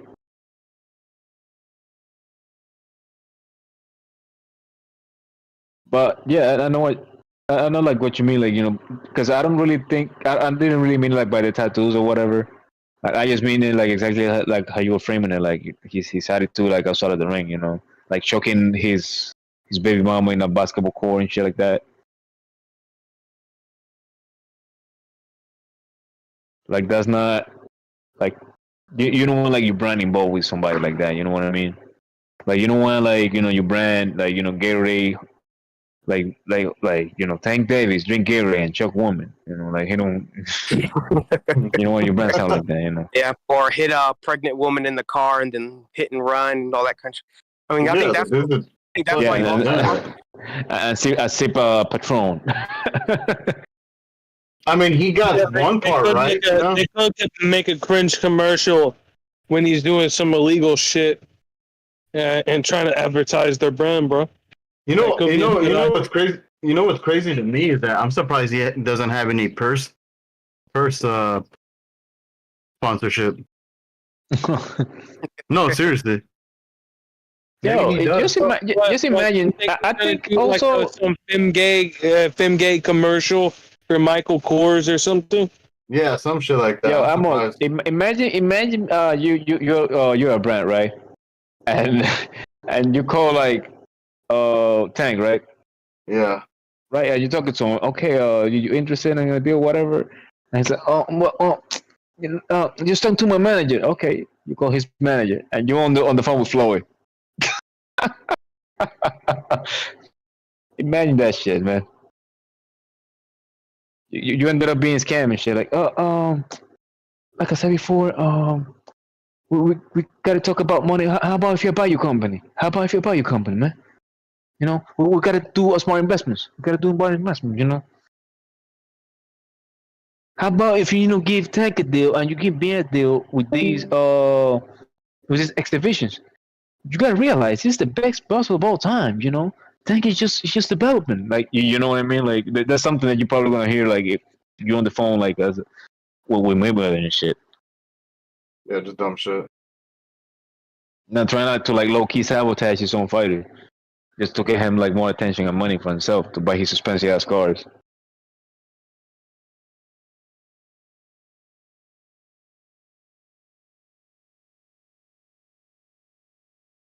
All right, so who here is actually picking Ricky Martin to win tomorrow night? Say Ricky Martin. I give him a chance. I give him like a 40% chance. You get that high? I don't make Tank that guy, man. I don't make Tank that guy either, but Frank Martin is not that guy either. He's definitely far from it. Like this is the first lightweight. Like he's not gonna hamper outside of Pitbull. And trust me, if he wouldn't know Pitbull wouldn't give him that much trouble, he wouldn't hamper him too with a rehydration clause. And I don't say like Frank Martin's gonna win, but I think Tank Davis is gonna look bad, man. I think he's gonna get stopped, to be honest. I mean, there's questions, but I think he's gonna look bad, man. I mean, we don't even know how good Frank Martin really even is. His last fight, he looked terrible. That's what I've been saying for a while ago. Also, like Gervonta Davis just got off. In my opinion, he just probably got off a steroid or PD cycle because he's like in the best shape he's been in for a while. So that means this whole camp was strictly boxing strategy related, he's probably going to look better than he has in a while. That's what I think. I think he's the perfect guy to look good against is a guy who's really unproven. No, I don't think Davis fight has any type of testing, man. Put Raza. What? Put Raza and Ryan. No, yeah, but it's because the networks were paying for it. But you're gonna have the trust of PBC on paying that shit, because then it's gonna run by you, you know. I misunderstood the question. Oh, my bad, my bad. Then. But I think Tank is on something, but it's mostly like antidiuretics and shit like that. Yeah, because he's in the best shape he's been in for a while, and he probably did that before the fight was even scheduled. So I mean, this whole 8-week camp was strictly him. He's going to get already the benefits of whatever he was on, and he's had a whole 8 weeks to focus on actual boxing and strategy. He's going to be like one of the best you've seen him in a while, and it's against the best opponent that he's going to look good against because this guy hasn't done it yet. So you're going to. I wouldn't say that's his best opponent. I would say. That's what I'm saying. This is going to be the best opponent to look good against because he's not that good. And meanwhile, this is going to be the best he's ever been because he's against a worst opponent. Isn't that crazy? Like, in my opinion, this is his best lightweight opponent, and this guy is not really that good, as you mentioned. And this is his best lightweight opponent, if you think about it. I lightweight. And if he struggles, that's not going to look good. If he struggles with really. Yeah. At lightweight, he only had like 3 fights? He had Isaac Cruz, Romero, Gamboa. I would say Cruz. That win is aging well. So you're gonna tell me that, but he's 2-2. In my opinion, he won 12 with Gamboa, right? I'll tell you this: if Cruz was to move down and fight Ricky Martin, I'm picking Cruz. Think about it like this, Amok. Think about it like this, Amok. The Gamboa who fought Crawford back then, he wouldn't get stopped by Tank Davis. Yeah, that's fair. That Gamboa wouldn't get stopped. But Davis didn't fight that Gamboa, though. He fought a dude who literally his shoe was coming apart, so he fought with like a sock on the whole fight, with one side of just so coming off, and he couldn't stop him to the last round. I mean, if you ever got like not the malfunction, but like he didn't have an Achilles tear, but he hurt his Achilles because of his foot malfunctions, right? Imagine you walking and you feel like every time you make a step, like you feel like you heal like it's like an iron ball. Like that's pretty much how it feels. Yeah. Like I felt that before, like because picking boxing shoes is not really that easy. Like you can have like your foot badly split, not split, but you can slip on a bad way and get hurt because they don't have any friction on the bottom. At least not that much. Have you guys ever seen those memes or gifs where you squint your eyes and the image turns into something else? Yeah. So if you pause the video with David and Vosdek and you squint, you can see Vaquero Navarrete up there. It's fucking crazy. That's a fight that Shakur Stevenson don't want. But it's funny that you say that because this might be Benavidez' Navarrete Baranchik moment where he moves up in weight and then gets his ass kicked. Well, maybe he didn't get his ass kicked, but he lost. So I was surprised. Benavidez struggles. What are people going to start saying? He doesn't. So he can have work at 175. He's a weight bully. That's what I'm. I don't think it's gonna say much because Boschtek is not a. It's not a softball at the end of the day. But if he comes, I agree. Yeah, and Boschtek is not a guy. Boschtek is not. Let me finish real quick. Boschtek is not a guy that if you go his previous fight as low, as fast, or whatever you want to make it, nobody looks good against him. Go ahead. I agree. No, I agree completely. I think some people are underestimating him. You know, he does today he's 37, which is true. I mean, he's old, but that guy, like you said, he's technically pretty sound, man, pretty fucking good. BDA, can I give you another prediction? Can I give you another prediction real quick? I have something to say. But Bucha, if Benavidez is this crazy Mexican monster, shouldn't he be able to beat that positive? Yo, BDA, can I give you another prediction? Can I give you another prediction real quick? Yeah. I will say that those two guys, the main card and on the undercard, both of those guys are gonna look bad. Like they're not gonna look as explosive and good as like everybody making one to be. Even if they get the stoppage, it will be along the lines of Tank Davis will look along the lines of the fight he got with Rolly Romero, because we've seen that size affects him, and he struggles with that with physicality. He struggles with it, and Benavidez is the first time on his weight. He's going toe to toe with a guy that going to take advantage of any openings, you know. And Benavidez is somebody that, unless he has you at his range, he a lot of times he doesn't do much. He spends like even 3 rounds not doing much. You saw in the Caleb Plant, the Kyron Davis fight, all his fight, he spent either at least 2 or 3 rounds that he don't do much. He just stands in front of you, and he crosses his legs a lot of times because he doesn't really respect the power that comes back from his opponent. Yeah, and Vosdik's bread and butter is a powerful 1-2 combination, and 1-2 combinations are best against guys that don't move their head. They're straight up and down.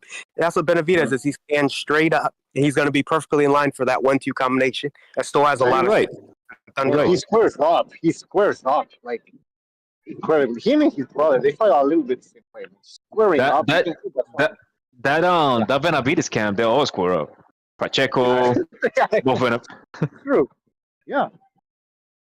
I mean, I hope Vosdik's smart enough to take advantage of all those things.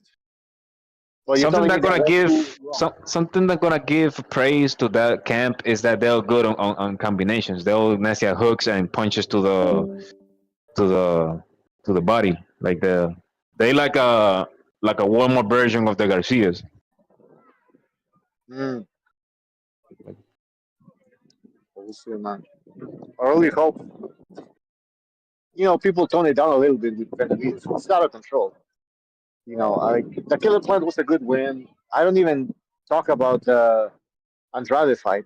I mean, what's to say about that? You know, what do you want me to tell you? What they're gonna? I mean, Andrade is like a worse version of Adrian Broner. If you want to go, if you want to go there. I definitely agree with them. That dude had punching power at no weight he's ever fought at. I mean, it's crazy. Oh, yeah, he fought scared. You know, he fought scared. Like sometimes, you know, Andre, if you look at us, like he threw like some decent combinations, but then he ran away. Killer Plant did the same thing a little bit. Like they're so scared of Benavidez, and it's fucking just move. The thing about Andrade, he's like one of these guys, and he's an athlete more than he's a boxer. So if he sees he doesn't have many advantages, or his advantages, you know, have taken away. Like for example, if you see his power, his speed is not frustrating or not really doing nothing to his opponent, he start doing some like random or weird shit, and he also he panics. There you go. Yeah, he panics. Yeah. He goes out of character, basically. There you go. And that actually exhausts you, though, because if you see, like, he actually burns down. Not because a lot of times he does a lot of things, but it's because he's so stressed in that ring. And Vosdik, I see him as this type of East European. They're controlled. They don't lose their fucking shit. They stick to a game plan. And if the going gets tough, then they still stick to it. They have a lot of, I don't know about Vosdik amateur background, but I'm pretty sure it's solid. Yeah, I think he was I saw somewhere it was like 211 and like 17, like some crazy record like that.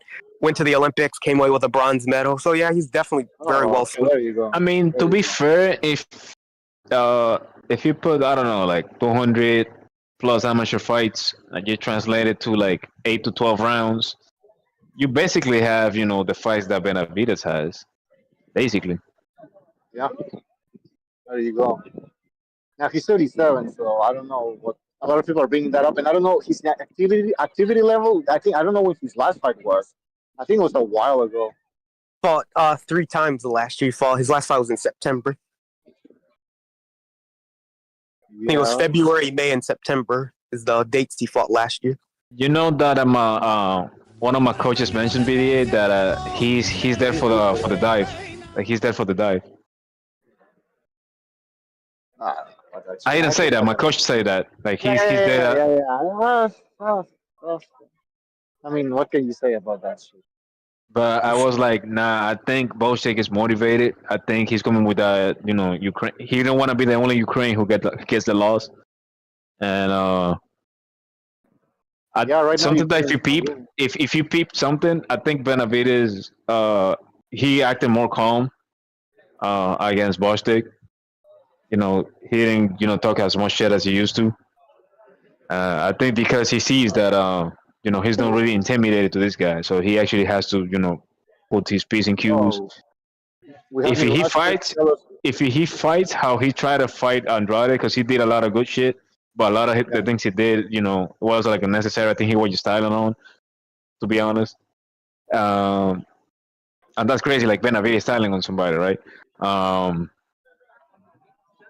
I will give the Benavidez the win, but right now I have it like as a coin toss, just because this is a new weight class, and we never seen Benavidez facing an actual puncher. And something that Boschik has is like he's kind of a sniper. He's fought like a lot of punches. He's fought a lot of punches. That's a myth. That's a myth. He hasn't fought a puncher. He's fought. Hey, Mirage, what's your prediction? What's your prediction? Go. What's your prediction? Give us the outcome of the fight. What's up, Mirage? Yeah, tomorrow is a showcase fight for David. It's going to be a showcase fight. So you're expecting a complete domination, right? Yeah, one-sided ass whipping. One-sided ass. Well, it could happen. I don't know. I'm not sure though. I'm not gonna. All this stuff you've been saying. Oh, Gvozdyk, look at all those muscles, man. Muscles don't fight for you. No, I never muscles slow you down. Muscles slow you down. David's looking lean. He's looking mean, and he's looking ready to kill. I haven't seen that. I don't know what he looks like. Yeah. So Gvozdyk. I'm not ready to tell you. Gvozdyk looked great. He looked amazing. He doesn't look like some guy, some old man. Like, oh, shut up, bro! Kovalev. Mirage, he's fighting a 37-year-old. Okay. So last time we spoke about this, you didn't even know who Adonis Stevenson was. You didn't even know who Adonis like a broken down old man. This guy looked like 25 okay, so you're ready to make this. Okay. Jacked out of his brains. This guy's in the best condition and ever. You still think that? Okay, fair enough. And you still think that Benavidez is gonna dominate this guy? Okay. So that's how good he is. That's the level. That you still don't get it, Booch. I've been telling you. You still don't understand how good David is. But you're going to understand tomorrow. You're going to understand tomorrow with more reality. I'll do that later. Yeah. You're going to get educated tomorrow. School's in tomorrow. You're going to get another lesson. Chose to be a fanboy for the biggest weight bully in boxing. It's not that hard to be right about David Benavidez, Mirage. He's moving up. He's a smaller dude. What's so special about? We all agree with you. I mean, David Benavidez is a good fighter, dude. We just don't need to dick ride him. Like, so Mirage, something I'm gonna give Benavidez is that he's coming into like he's becoming a better of a boxer. Like as time goes on, like he's not only relying on his shoe shining. He is actually like throwing combinations, defense, ducking, and moving around. He can do it all. He's a complete fighter. Right. And so I think like if he get accustomed to this weight, right? I think possibly like this weight could be his weight, because the other two guys, they kind of getting old, long in the tooth. Better be if he's 40 or 41, and how old is Vivo? 34. But his style is not, for an old guy. His style is for a young man, and as he's gets older, he's not gonna get from that stuff to like a Golovkin style. So probably after that, on the spitting match that we're waiting for, I think after that he's gonna go away, And I think 175 is going to be wide open with like the best edges of Yard and all the guys. And I think it will be for the taking for Benavidez. Like he's going to land in I don't want to say a weak division, but he's going to land in a division that's going to look like 160 pretty much. Like but once he conquers that division, then he's just going to move up. He's going to move up. I think he's going to stay there for a minute. I don't going to say he's going to get undisputed. You know what I mean? I think he's going to be like one of those guys who's going to get a lot of defenses. Because I think if you go for the dispute, I think he's like, if you're not like the cash cow, I don't think it's really convenient for you just because of the sanctioning fees. Like, it's hard to organize the fights, Wait, what? If you're not a big name, like Canelo. No, but think about it, Mirage. Like he can be like the guy there, like he can have like 10 title defenses of whatever belt he has. He wants to go up and destroy all the. He wants to dominate all the divisions. Yeah. But cruiserweight. He's been talking about cruiserweights next as well. I think cruiserweight is a little. I think cruiserweight is a little. Like I think cruiserweight. We have to see first how he looks at 175. Of course, he's a fighter. He's gonna hype himself up. Like from his point, he's. Zerto went up there in his first fight, and he became WBC champion, didn't he? Cruiserweight. Against who? Cruiser. Against who? Oh, wasn't that the same guy Benavidez didn't want to fight? Against a top 5. Oh yeah, I'm glad you brought up Zerto. Zerto said he wanted to fight him. You remember that? Remember that, Mirage? Of course you didn't. Remember what? Of course you didn't. He forgot about it. Yeah, he forgot about that, dude. I remember when he was at 168 and he said he wouldn't mind fighting Benavidez. And when he was at 175 and Benavidez was at 175, 2020, and he was like, okay. All we heard was crickets from Benavidez, dude. No, hey, bro. So let's talk about. Hey, let me ask Mirage, bro. So David's going up to cruiserweight. If David's going up to cruiserweight, he's gonna dominate cruiserweight. Why the fuck is he going to anyone who will listen to him and crying about Canelo, bro? Crying about what he deserves at 168. But you're telling us he's gonna go up to 195 and dominate. But he's still trying to get a title shot at 168, bro. So what's going on? Isn't he on to bigger and better things? Yeah, he's still crying about Canelo, bro. Yeah, his promoter said he's moving back down, so I don't know where Benavidez is. Canelo is the best name in the sport. That's the best name to have in your resume, Canelo. Let me tell you something, Mirage. Cruiserweight is a big jump, just because look at what's his name? Sudo. Sudo is a huge guy, man. Like he's huge, man. Benavidez is big, but he's big on the fluffy side. Like Sudo is a guy who has you don't see nothing like small about this guy. Like he has like big calves, big torso. Like he's a legit big dude. Like he's has been right next to what's his name Usyk, and they're about like eye level. Like they he's a huge guy, man. Like yeah, he actually looks bigger than him. Like he's walking around way. Like Sudo is a huge dude, man. Size can be overrated, man. If you see the picture he has with Eddie Hearn, size. Wait a minute. Size was David's biggest fucking attribute at 168. Yeah. Are you gonna see? Are you gonna say size is overrated? Glad you said it. What's Sudo's biggest That's weapon what at you 168 think. though? You think David's just a weight bully and that's all? Yeah, he is a weight bully. We don't think. We know his he's biggest a fucking weight attribute at bully. 168. No. You don't understand. You don't understand boxing, motherfucker. Your boy didn't want the Zerto smoke. How do you feel about that, Mirage? The fuck you talking about? You just made it up. You just made it up. You just made it up, mate. Yeah, you little wallaby, you. Tell us another story that David was beating. Tell us another story with David beating up these world champions when he was fucking 12, bro. And then tell us another story. Champions were trying to avoid Yeah, you little wallaby, you. Hey, when Gosling said, he gave. As soon as I hear sparring stories, I know that fighter is tied with the PVC, man. Like you only hear that shit with those guys, bro. No, like David, when bro, as soon as David's fighting today or tomorrow. That's hold on, you're all talking over each other. Yeah, so when David was 15, he was handling a prime Triple G in sparring. That's a fact. Everybody. So look, bro. That's called modesty. And what Gosvick left out when he said that David dominated him, he left out the fact that David was 13. You know what I mean? So come on, bro. If you believe that shit, bro, if you believe that shit, you believe it. You know what I mean? Shit, Mirage saw that shit. Was like, So, he's the real Mirage. deal. So Mirage, one time. So Mirage, I sparred Teofimo Lopez once, right? And at the time, I think he was like 16. And at the time, I was 21, I believe. Like, do you really think I was going ham at this kid?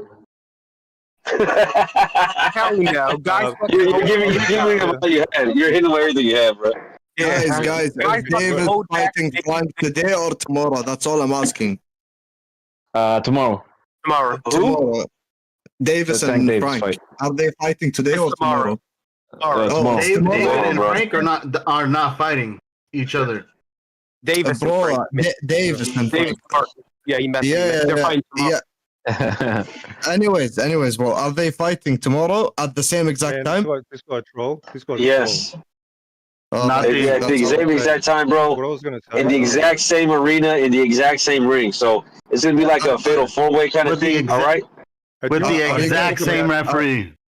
Yeah. There will be tables, ladders, chairs. That sounds awesome. Allowed. They talk about someone can better. stream it That here. was a TLC match. Is it a Hell in a Someone Cell? can stream it here. Well, it's a Hell in a Cell, but there's also a money bag, a briefcase full of money at the top of the ring. People say, Mirage is gonna stream it in his Discord server. Yeah, Mirage is a legal streamer. He'll Can you invite me, please? Because I really want to watch the fight. Dude, shut up, dude. Yeah, Mirage don't pay for fights, so he'll stream it for you. Brother, get the fuck out of here. Yeah, where's Bucho? Yeah, but you can all suck my dick قسمكم كلكم على عيري. Hey, this is the turkey sandwich's little cousin, bro. You said him do interference. I think he just. I guess Turkey didn't give him an allowance this month, so he can't afford a pay-per-view. Yeah, I think he just like. Was that how busy? Was that how busy, bro? So, are you guys going to give David credit tomorrow? Or are you going to make excuses like this? Credit for what? I think David's going to have a hard time with Gosvick. I think David's going to have a hard time with Alexander Gosvick because that means you're going to give him credit. When he destroys him, you're going to be a man. Hey, what he did? I don't think he's going to destroy him. Hey, dude, I like David, you dumbass. I don't like you dick riding him constantly. Man. We like David, bro. I'm Mexican, bro. You think Mexicans like see Mexicans win? You're tripping, bro. I think it's weird that a little blonde Australian is dick riding him so hard, though. He said a little blonde Australian. Mirage. Yeah, you should be fucking dick riding Steve Irwin. Bro. Mirage, it must sound crazy we if all I give. like David Benavidez. Why aren't you going from Liam Paro, you fucking cuck? Don't know who the fuck that is, man. Do I sound crazy? Oh, shit. That guy's a nobody, man. I only focus on the big names. Or he didn't focus on Tim Zoo or Justice Hooney or Jio Pataya, Liam Parra, all his Australian brothers. He doesn't up-and-coming fighter, man, but, you know. You'd rather focus on some random guy from Arizona. I focus on the big stars, the best fighters in the world, man. The big stars. The guy fighting on the undercard. Wherever they're from, doesn't matter where they're from. I don't. The guy fighting on the undercard, the big So how come star. it's only one guy? What do you mean? You only like one guy. There's not many. You say the big stars. You only like one big star. You only like one big brown star, don't you? There's not many fighters worthy of that credit, man. They all move funny. You love David's chocolate stars? David is a real good old. The guy playing at 168 is moving funny. You're like baby hot dog water, bro. So anyway, you're gonna give him credit. You're gonna give him credit tomorrow. That's all.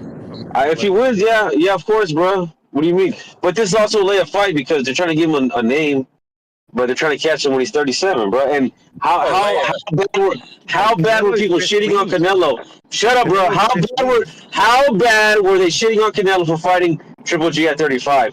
And now you want us to give full credit for David if he beats Gosvick at 37? Kovalev too. They chat on fighting Kovalev. And he was was younger, bro. They're Canelo's best wins. They're Canelo's best wins. This would be his and best win. What's David's best win, bro? What's David's best win? Plant, Andrade. Oh, the Canelo's leftovers? The guy he couldn't knock out? And you're telling me he's gonna knock out Gosling? Guys, Canelo duck. Hey, bro, you think he's gonna who? Caleb Plant? Andre. No, Andre. He was scared to fight Andre. Andrade. That's David's best win, bro. Here we go again. Here we go again. Hey, are you saying this is David Benavidez' best win, bro? Because that's not a good. That's not it. That's not it. Again. Yeah, here we go with the facts again. They're annoying, aren't they?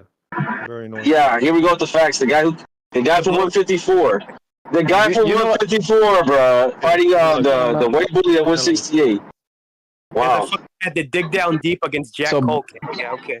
So, Bad Fish. So they say at the time they were saying they were ducking Charlo too, but I think Andrade was ducking Charlo at the time that fight was there. Hey, bro, what happened when it was time to fight him? He tried to fight these dudes. What happened? Andrade would have had his chance. Andrade would have had his chance if he beat David. He couldn't make it to the dance. Canelo tried to fight Andre. I don't think Andre had a chance to beat none of these guys, though. Okay. He didn't. That's Mirage don't know what the fuck he's talking about. He's a fucking troll. That in the ring. You decide that in the ring. You don't just say. I don't even think he had the chance to fight Munguia. Probably would. Yeah, you think Munguia beats Andre, don't you? I do. Yeah. I do. He massacres him, bro. Yeah, Munguia beats the shit out of Andre. That's why I don't understand boxing, man. And you say I'm the troll. I've been boxing for 22 years and I don't understand boxing, right? Andrade quit. Andrade quit after 5 rounds, bro. Andrade quit when it got tough, dude. Come on. Clearly not, man. So, anyways, I think Goslin's going to give Davis a hard time. He has a stiff jab, and I think his IQ will keep him fighting throughout the 12 rounds. Like Homeboy was saying about David crossing up his feet, all the bad stuff he does. Hey, shut up, Mirage. Hey, all the stupid shit he does, all the stupid shit David does. You know, someone like Gosvick, he can take advantage of it, bro. Right? Because he's a little bit bigger. He's not undersized. Caleb Plant. Hey, bro, what are you talking? Hey, bro, hold on, bro. Let me finish and I'll let you talk and I'll answer. So, what you're saying, Andrade and Caleb Plant couldn't? Caleb Plant was taking advantage of David's mistakes. He gassed out after 6 rounds. And then David couldn't finish him. He couldn't take advantage of Plant's weaknesses. He couldn't finish him off. But he's supposed to be this monster. Andrade, when he punched David Benavidez, it looked like a little kid punching his dad. So, no, bro. He didn't have nothing for him. You think I'm a David Benavidez hater or something? I'm a David. That's a funny thing, though. Like, I'm a disliker of weirdo sucking on David's dick constantly, bro. Over everybody. You know what's funny? That's what we don't like. That's what I dislike. No, if we don't say David Benavidez is the best ever, like we hating on him. You know what I mean? Like. Yeah, so I'm just saying the facts, but apparently I'm declining all this bullshit. You're saying Andrade was really good, was it? Yeah. He didn't even look good in the ring against him, bro. He looked like he was fighting somebody out of his weight class when he was in there with David. David's a monster, yeah. He's a really big. So you're saying he was massive against his opponent, and that was the most important thing in the ring. Andrade. You're acting like he's a scrub, man. Andrade is the southpaw black version of Malinachi, bro. No, that's dumb. That's what. Paulie got a couple belts, bro. Fucking Andrade didn't even do that shit. And 7 knockdowns. They actually have the same, basically, career. No, Andre can punch. At what weight class? Wait, you guys are still talking about Benavidez? At what weight class can he punch? Mirage. Yeah, what weight class? Andre can punch. He can punch. 7 knockdowns. At what weight class, bro? At what weight class can he punch? All the weight classes. I like how you call Ryder a bum. I like how you call Ryder a bum, but you don't call Andrade a bum. Isn't that interesting? Yeah, because Ryder is a bum and Andrade isn't. That's why. Oh, well then why did Andrade lose to a bum at 154? No. I'm going to give you the antidote, though. So, Ryder is a bum, right? Fielding, and you're Benavidez, right? Pump him up. You're trying to pump him up. Bro, Ryder would have beaten that fucking Andrade, dude. Let's be real here. He wouldn't have won a round, man. He would have got. What do you mean? He got dropped by fucking Nicholson, Jack Nicholson, or whatever that fucking guy's name was. No. I'm gonna give you the antidote though. He got knocked out. John Ryder beat the guy who Andre ducked. Who was what's his guy's name? Oh yeah. That's right. Never ducked him. He literally the guy that Andrade didn't want to fight. Andrade ducked Johnny back because he was gonna fight And it's funny. Parker. And you know what's funny? And you know what's funny? But you know what's funny? They offer him more money. They offer him like $3 million to fight that kid. He didn't want it. They went to first bid. Nobody wanted to see that fucking fight. And the funny thing is, he got paid way less than those two fights, against Benavidez. Yeah, that's the funny shit. So he got his ass knocked out for less money. So he ducked Zach. Good. That's what he gets for trying to hold his ass. That's what he gets for trying to hold his ass out for more. Hey. Yeah, he ducked two guys. He tried to sell his cherry. He tried to sell his cherry, and they fucking David popped that shit. He ducked two guys just to get his ass beat. He ducked Zach Parker. He ducked Johnny back because he was gonna fight Parker, and he ducked Parker, and then he got dropped by fucking Jack Nicholson, and then he got his ass beat against Benavidez. Yeah. This is the guy you want to hype up, And to be fair, there was a fight that was supposed to Rocky Fielding. He got knocked out by Nick Blackwell. What do you mean he got robbed a few times? Did you even watch those fights, Mirage? Of course you didn't. Classic journey. Of course you didn't. Because like you said earlier, years ago, that you only watch the big fights because you're professional eyes. He knows who Nick Blackwell is, but he doesn't know professional eyes. You literally just say anything. Once you lose to Rocky Fielding, it's over. Don't even talk about him. Imagine ducking someone like Rocky Fielding. He never ducked. It just wasn't worth the time. No, Parker. Remember when he ducked Parker? Remember when he ducked Parker? Remember when Andrade ducked Parker? You remember that? Of course you don't remember. Another can. You don't watch the fucking sport like you're supposed to. Yo, why he's talking about Rocky Fielding like that, bro? Like Rocky Fielding, he's fragile, but he's like Linares, man. He can knock you out, bro. Oh, now you're gonna about? You don't watch boxing. Dude. He only watches the big fights. Bro, he only watches the biggest fights. Embarrass yourself some more. Like, what in the hell he's talking about? Fucking Raj. Rocky Fielding is a better name above everybody who Benavidez has fought outside of Andrade, I guess. No, not Caleb Plant. I will give you Caleb Plant. Now you're trolling. Caleb Plant is a better win. I could actually argue Durrell is a better win than Andrade because Durrell was fighting at that 168 division for years, and he's acclimated to the weight. Andrade got dropped by fucking Jack Nicholson, did absolute dog shit in the weight class, other than get his ass beat against David Benavidez. Yeah, Durrell's a great win. It was only 20. I never said it was great. Don't get carried away now. I never said it was great. It's a good win, yeah. I'm not gonna say it's a great win. Anyway, you guys. Well, Durrell was going 50-50 with Yildirim, so I'm not sure how good that win is. Okay, well that's a fair argument. Something that gonna give Mirage respect is like, you know, he's not a bitch, you know, like he's gonna die on his hill. I give him respect, man.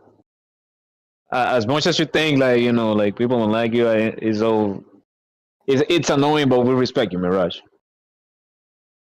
Well, you respect Mirage, the guy that fucking ducks receipts? Because now you start. No, yeah, but the thing, he's consistent, you know what I mean? Like, he's not a guy who's gonna change his mind just because to please anybody, you know? He's gonna be delusional all the way, you know? He does not pay his bets. Why would you like a guy like that? I'm not saying like, I said respect. I don't so you respect a guy that doesn't pay his bets? What bet What else did they have? What bet did you respect a guy that's supposed to be a David Benavidez fan, and you don't even buy the pay-per-views? You paid Rapstar half. Me, I just don't go. I just don't go out there and disrespecting people. You know, I just, if I don't feel a type of respect from you, you know, I just let you know. But it's weird that I come with spaces like I don't respect, I don't like people. You know, I think he's just annoying, and when it comes to Benavidez, it gets a little weird. But a little. When it comes to yeah, I'm helping him, you know. But you know, like at least he's better than like Quantum, whatever, you know. Like he's at least he's trying to make sense. Te voy a decir, verdad. Este güey es muy joto para David. Yo creo que él le va a dar el culo un día a David si él lo conoce. Si él lo conoce un día, él le va a decir, tú sabes como, you know how you sign the gloves? It's gonna be like, yo, sign my drawers, you know, right on the crack of my ass. Yeah, basically. I mean, it's just weird that you have the self-proclaimed world's biggest David Benavidez fan, and you don't even buy his fucking fights. Boo. Yo, BRB. Boo. Mirage. So what you think? What do you think about the Gary Russell, the Gary Antoine Russell fight? What do you think about that fight against the Puello? Let's talk about the undercard, Mirage.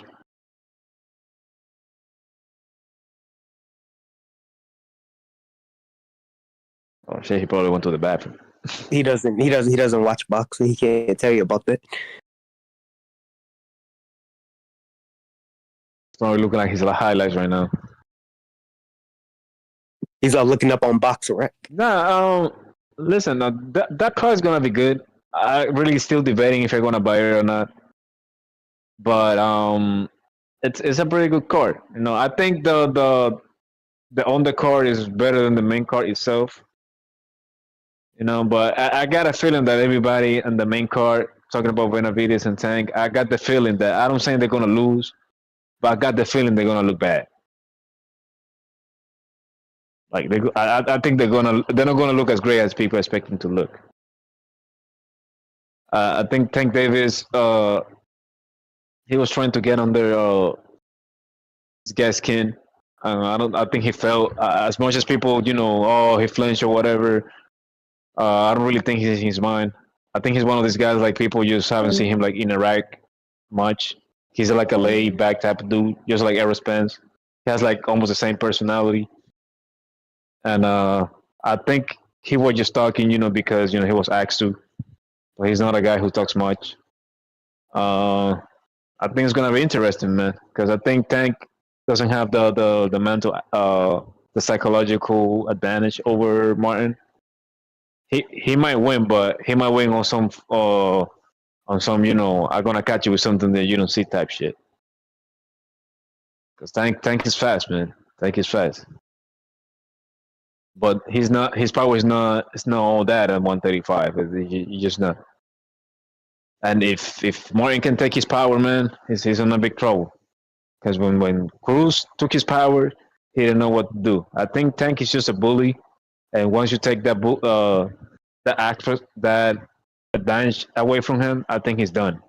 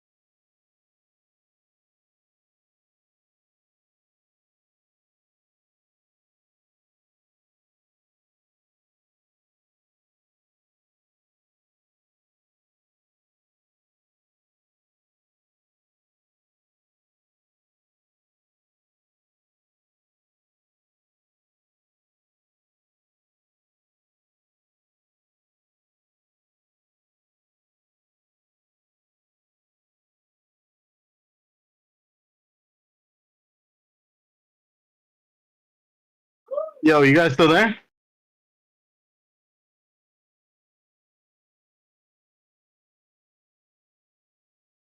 Damn, everybody still cried for no reason. Yo. Yeah. Yo, what was the last topic? I don't know. I was doing something. Was anybody else talking?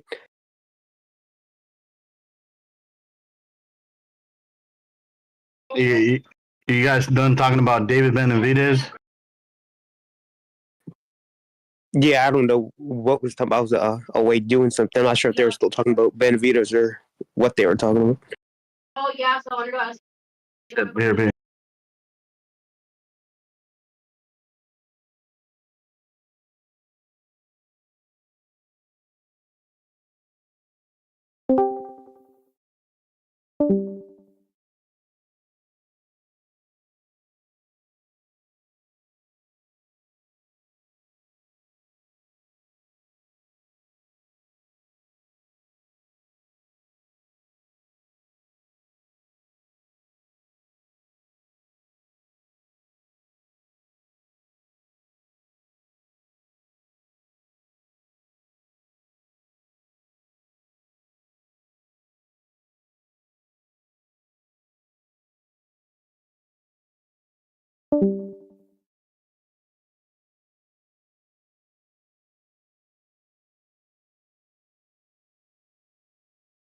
Yo.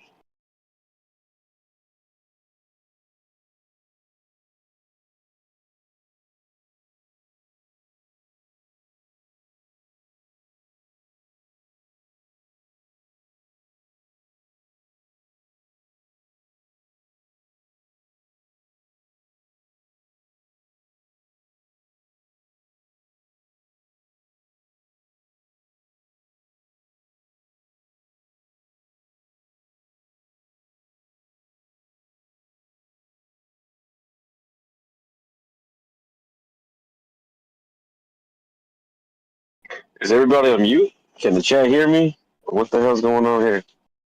Y'all still live? Yo, yo, yo.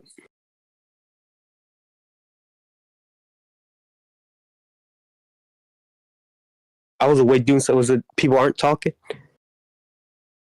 Yeah, I think this show's still live, bro, but I think everyone's just on mute.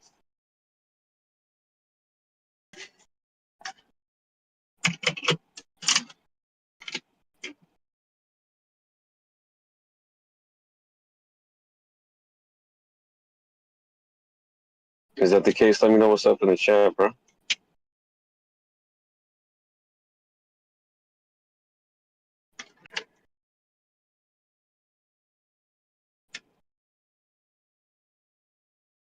All right, so anyways, I'm gonna do my picks, bro.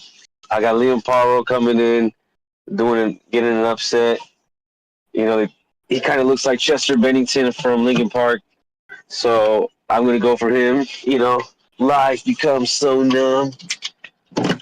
You feel me? I become so not. But yeah, but anyway. I'm still going with Matias in that fight. Paro's definitely a live dog. He's definitely going to give Matias a lot of things that he's not used to. He can box on the back foot, and he actually still has a lot of power on his punches on the back foot. So his chin's definitely going to be tested on Matias' chin. That is. I still think that pressure is going to eventually get to Paro because I just haven't seen him against the best competition.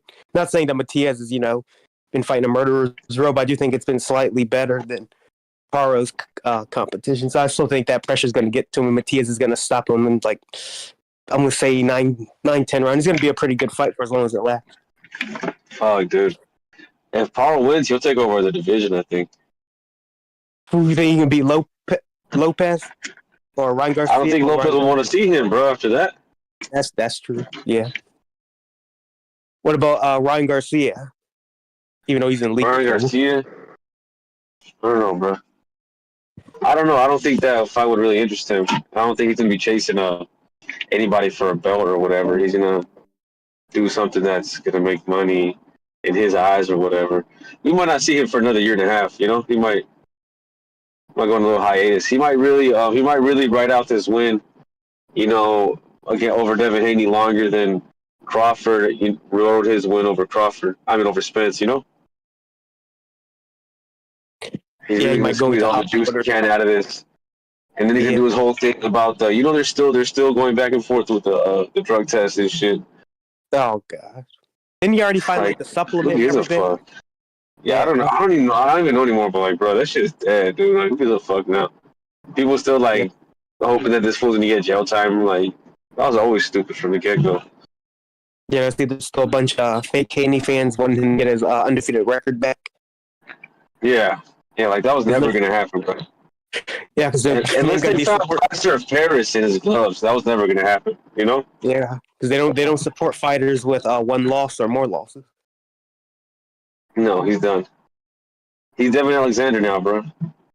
Yeah, that's pretty much what he was, though. Orthodox Devin Alexander, no punching power, light hitter, decent boxing skills, but that's all he was. No, he ain't shit.